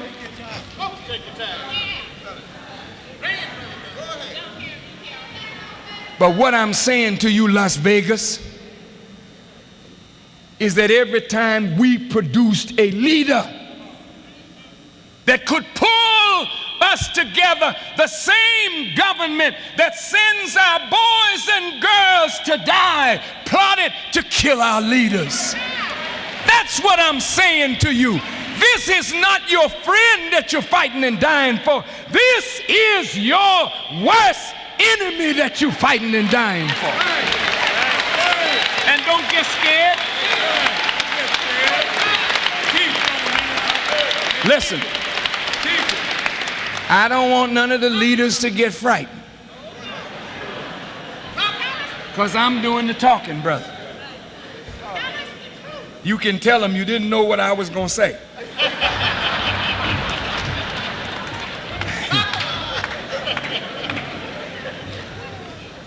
But I'm going to prove my point, Reverend. I'm going to prove my point, Reverend. Because I don't want you to doubt me. And I know you don't. You don't doubt me at all, but you may be a little afraid. But I want you to challenge your fear. Because the scripture says the fearful and the unbelieving will have their part in the lake that burns with fire. We've come too far along the road to be afraid today. Because if God is for us, who can be against us? So look, bear with me now. You know Nat Turner was a leader that came from us. Denmark Vesey was a leader that came from us. Booker T and W.E.B. Du Bois were leaders that came from us. Come on. Marcus Garvey was a leader that came from us. But every time we had a strong leader, the government caused us to kill him, or they killed him themselves. Come on. Am I telling the truth or what? In our modern era, when Rosa Parks sat down, Martin Luther King stood up, and he died at 39 from an assassin's bullet. Not because King was a bad man, but because King was preaching against America's involvement in the war in Vietnam. So King was assassinated, and now they name streets for him.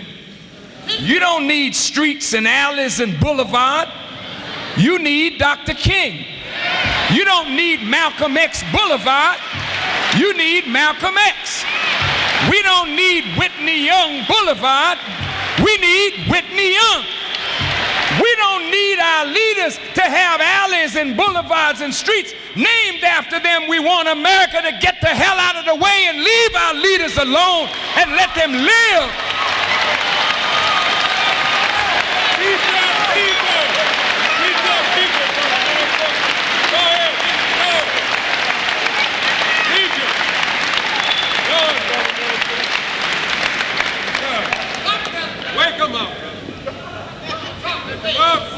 So by killing our leaders,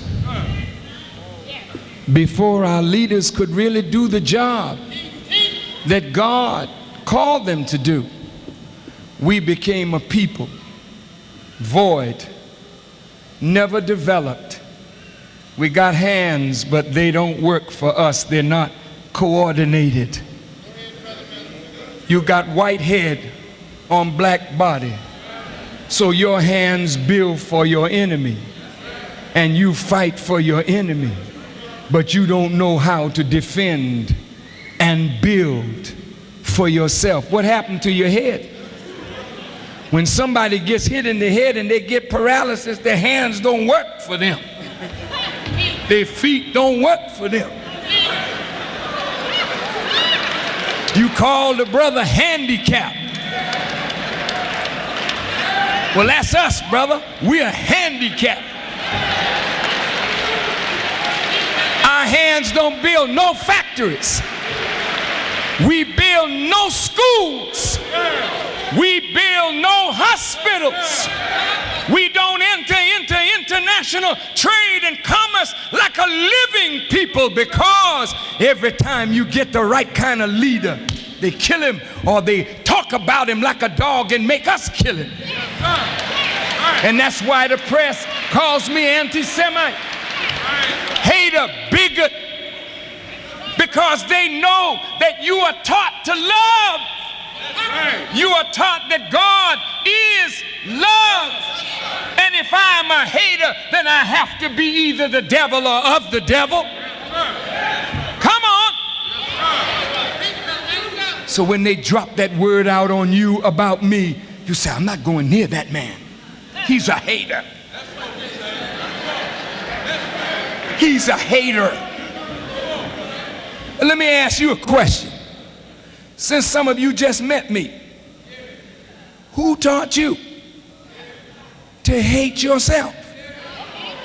I wasn't around then.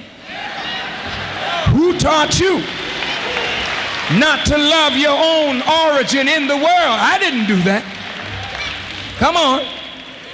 Who gave you that sick mentality that makes you think you're inferior because you are black and only something light, bright, near white, or white is of any value? Who gave you that sick mind? It wasn't Louis Farrakhan. Louis Farrakhan didn't teach you to bleach your hair to try to be like white people. Louis Farrakhan didn't teach you to buy blue eyes and green eyes so you could be like white people. Louis Farrakhan didn't do that.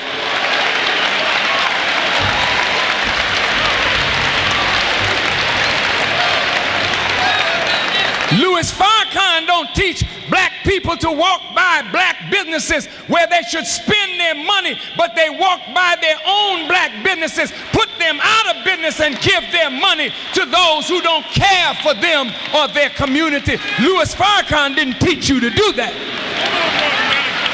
But Louis Farrakhan comes from the Honorable Elijah Muhammad to reverse all of that. And because the Spirit of God has moved on the face of the waters, and God said, let there be light. And there was light.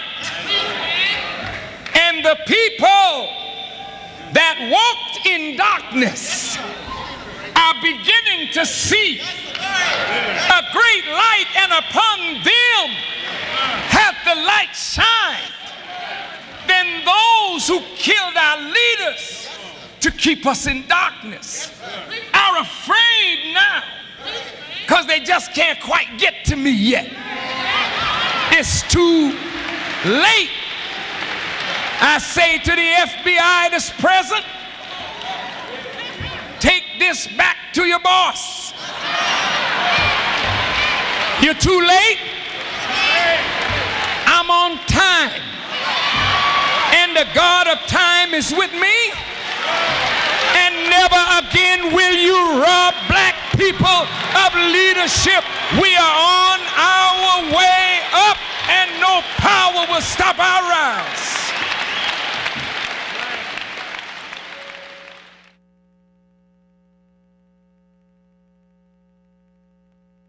Brethren,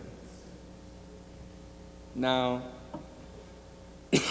with what white folk have put on us, it's going to take God to unite our hearts. See, not our skin color. That only lasts a minute. You black, I'm black, beautiful. So what? That's my black brother. That's my black sister. Now that sounded good in the 60s, but it won't work in the 90s. Because being color brother is no brother at all.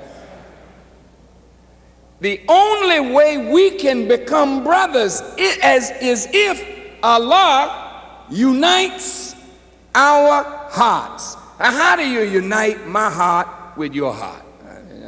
You mean my physical heart that's a pump that beats so many beats per minute? No.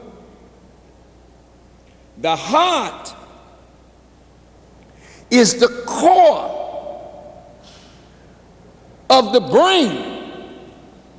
It is that place from which all of the issues of life come forward.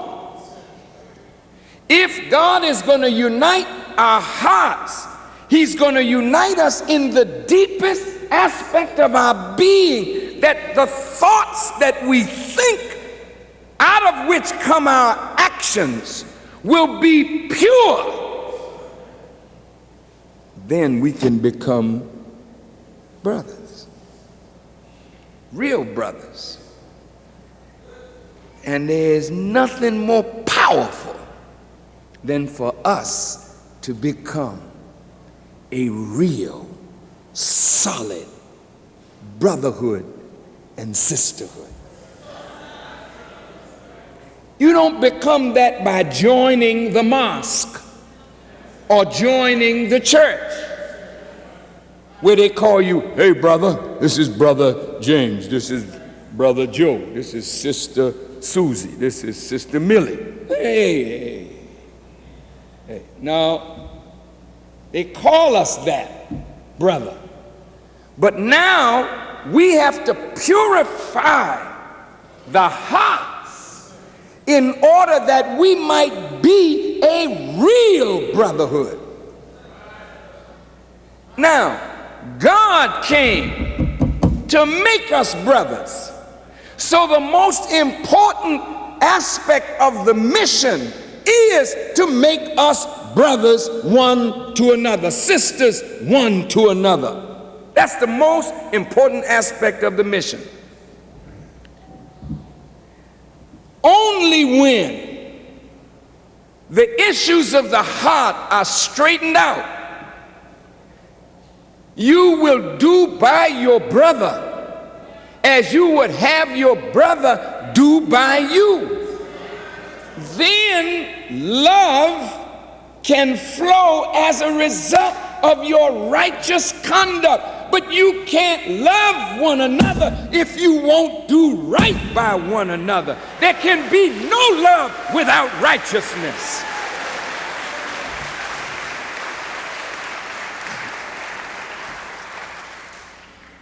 Some of us say, there's not enough love in the mosque, or there's not enough love among the sisters, there's not enough love among the brothers. What are you talking about?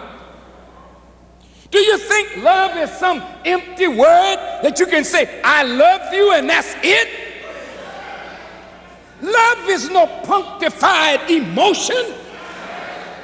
Love is the enactment of righteous principles carried into practice. I love you, and then lie.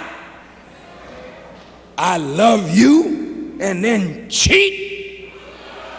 I love you, and you call me to do work for you, and I do half the work but demand all the money.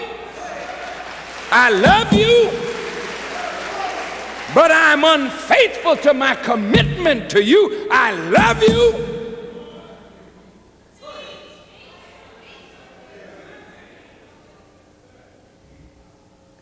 I was on a radio show the other night from New York, and Bob Law was questioning me about our book, The Torchlight. And I said, when Elijah Muhammad was among us, it was so easy to say the white man is the devil, and black folk could readily see the evil of white people against us. And some even then would not admit he was wicked. But to go in the black community today and say that the white man is the devil, people run you out of there. I said, what the hell you mean the white man is the devil? It's that nigga there that stole my stereo. That nigga there shot my baby. That nigga there is a gangbanger, killed my mother. There is so much evil in the black community today that the devil is no longer really the white man. The devil is you, a black devil wreaking hell and havoc on your own self and on your own community.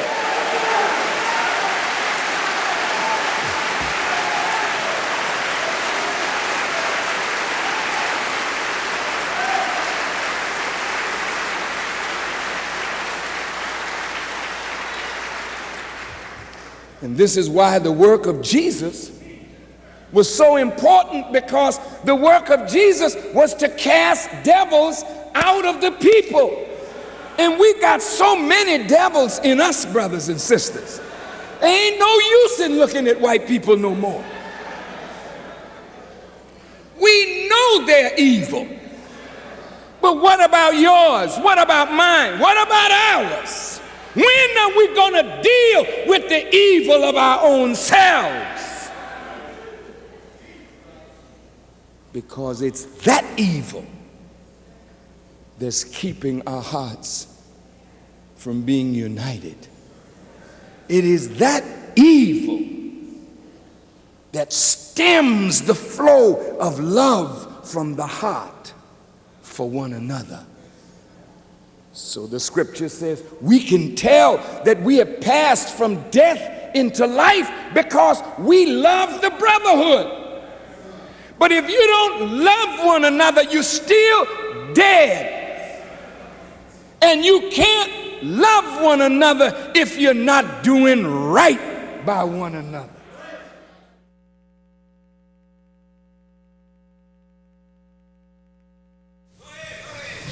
I gotta walk a little bit. Listen, it will never be real, leaders, if in your preaching and your actions you don't treat each other right. If our actions one toward the other is duplicitous, scheming, devious, hidden motives, hidden agendas, playing with good words, but underneath doing evil and dirty deeds. You can't produce love with ingenuous action. You can't produce love on the basis of lies and deceit and treachery and trickery.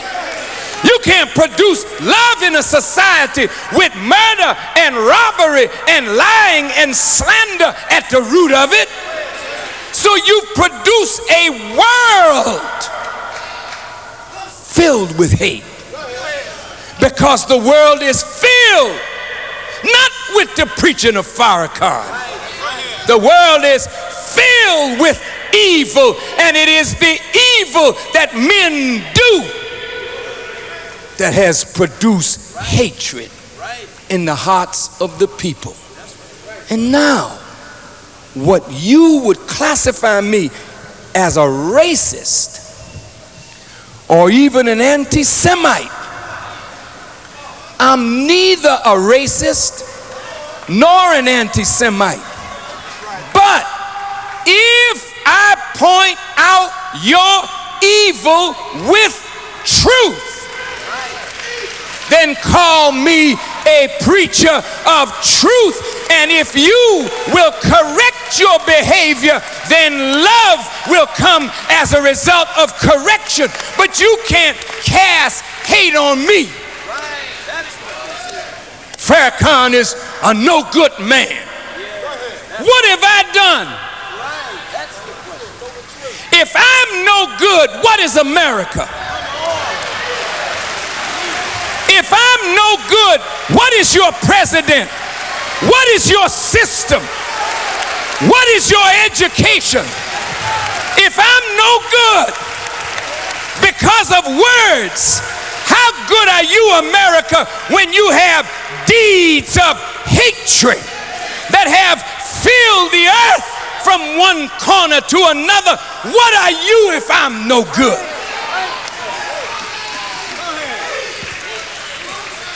If I point out your evil tracks in the sands of time, I didn't make the tracks, you made them. And if I point out the tracks that you made, don't blame me for the evil tracks that you made. I'm trying to make a righteous track, and you want to make me the evildoer.